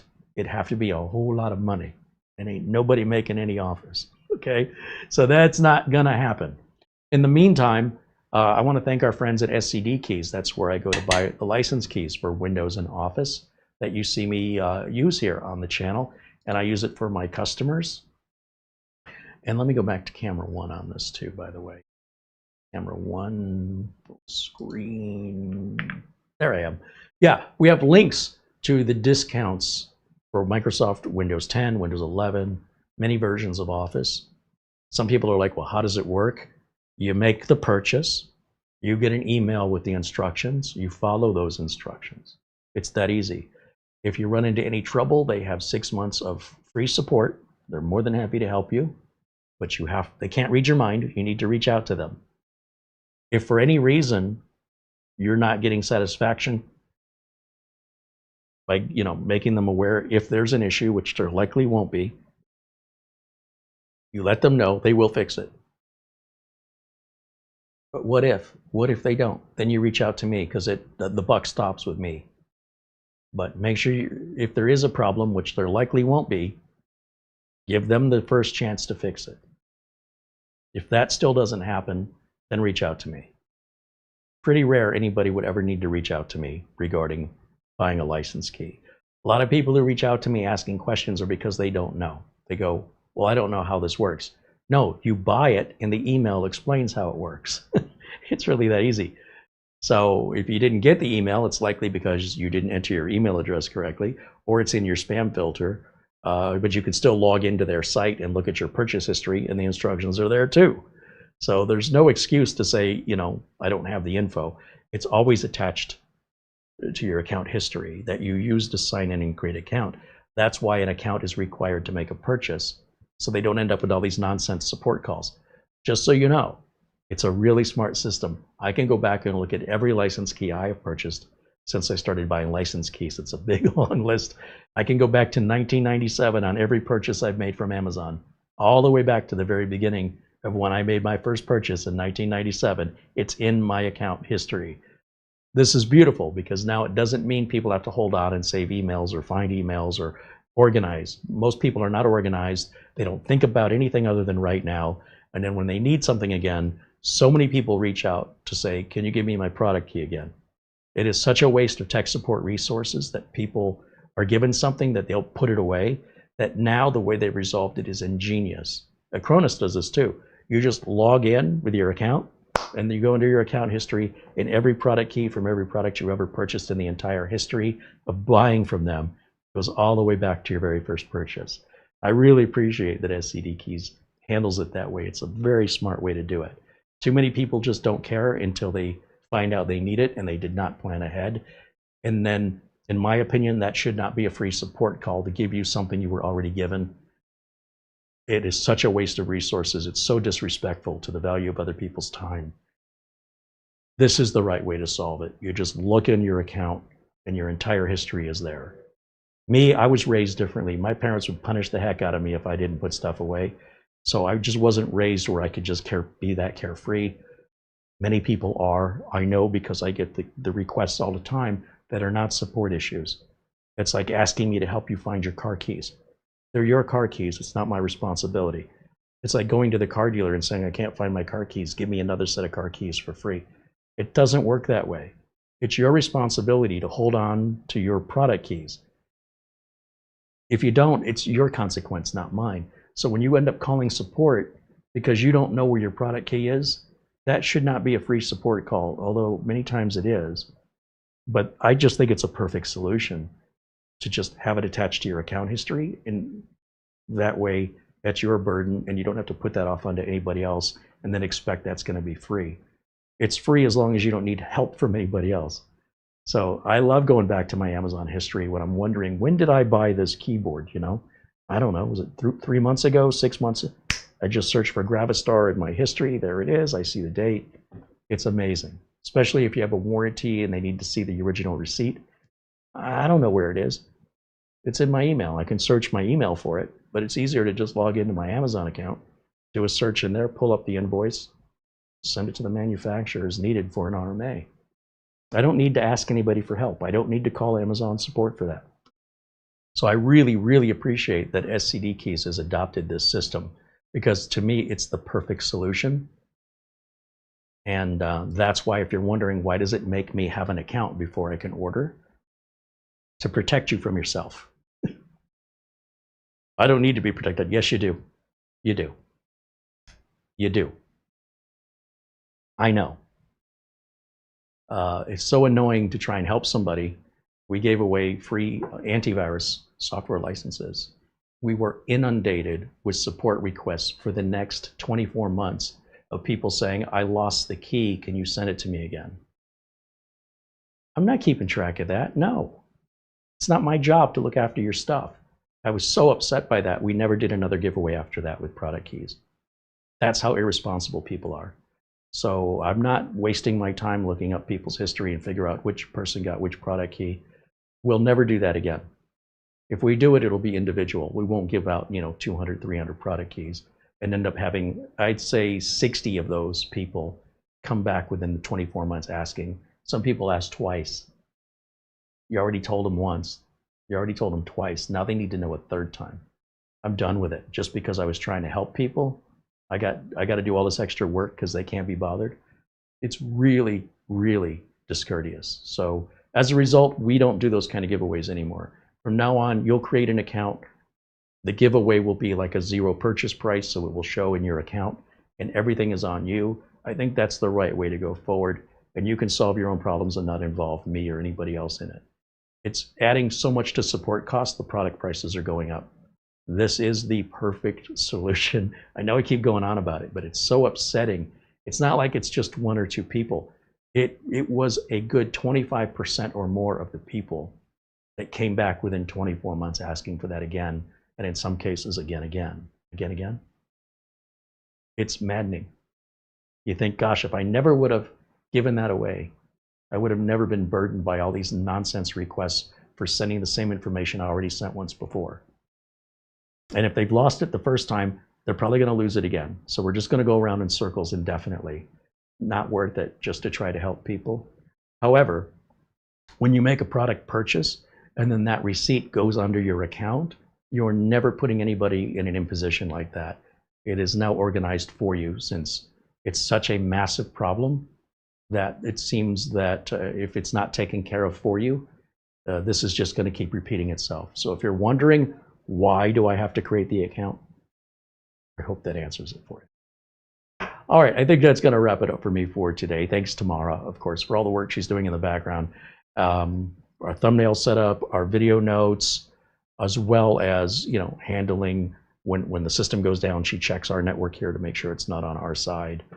And if necessary, she can get on the horn with the ISP while we continue to work without interruption when it's possible. And it certainly takes a lot of stress off of me because, you know, what can you do? And that's going to wrap it up for me for today. I want to thank all the members once again for making these videos possible. And I'm just going to check my phone real quick just to see if anything else is going on, see if I've missed anybody. And,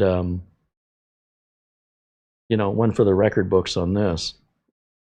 Thanks again to our friend Buster for his contribution earlier today. And a super thank you to our super chats, which, if I use the right mouse, I could pull up and say thank you again to all the kind and generous people out there that support what we do. That includes Rip City Raider, who renewed their membership today, Peter VZ, and David Graham, Jason H88, thank you as well. And I appreciate the follow-up with your Windows 8 to Windows 10 upgrade actually working and accepting your license key. Pretty interesting. Paul Vircher, thank you for your super chat earlier. I think that's all there was today, but I don't know if the stream interruptions reset that. So if you did contribute and I didn't call out your name, I truly apologize. But given the interruptions, that may be what happened. In the meantime, to all the members, I look forward to seeing you tomorrow, and everybody else, we should be back on Tuesday as normal. Hope you enjoy the rest of your Sunday, and until tomorrow, bye for now.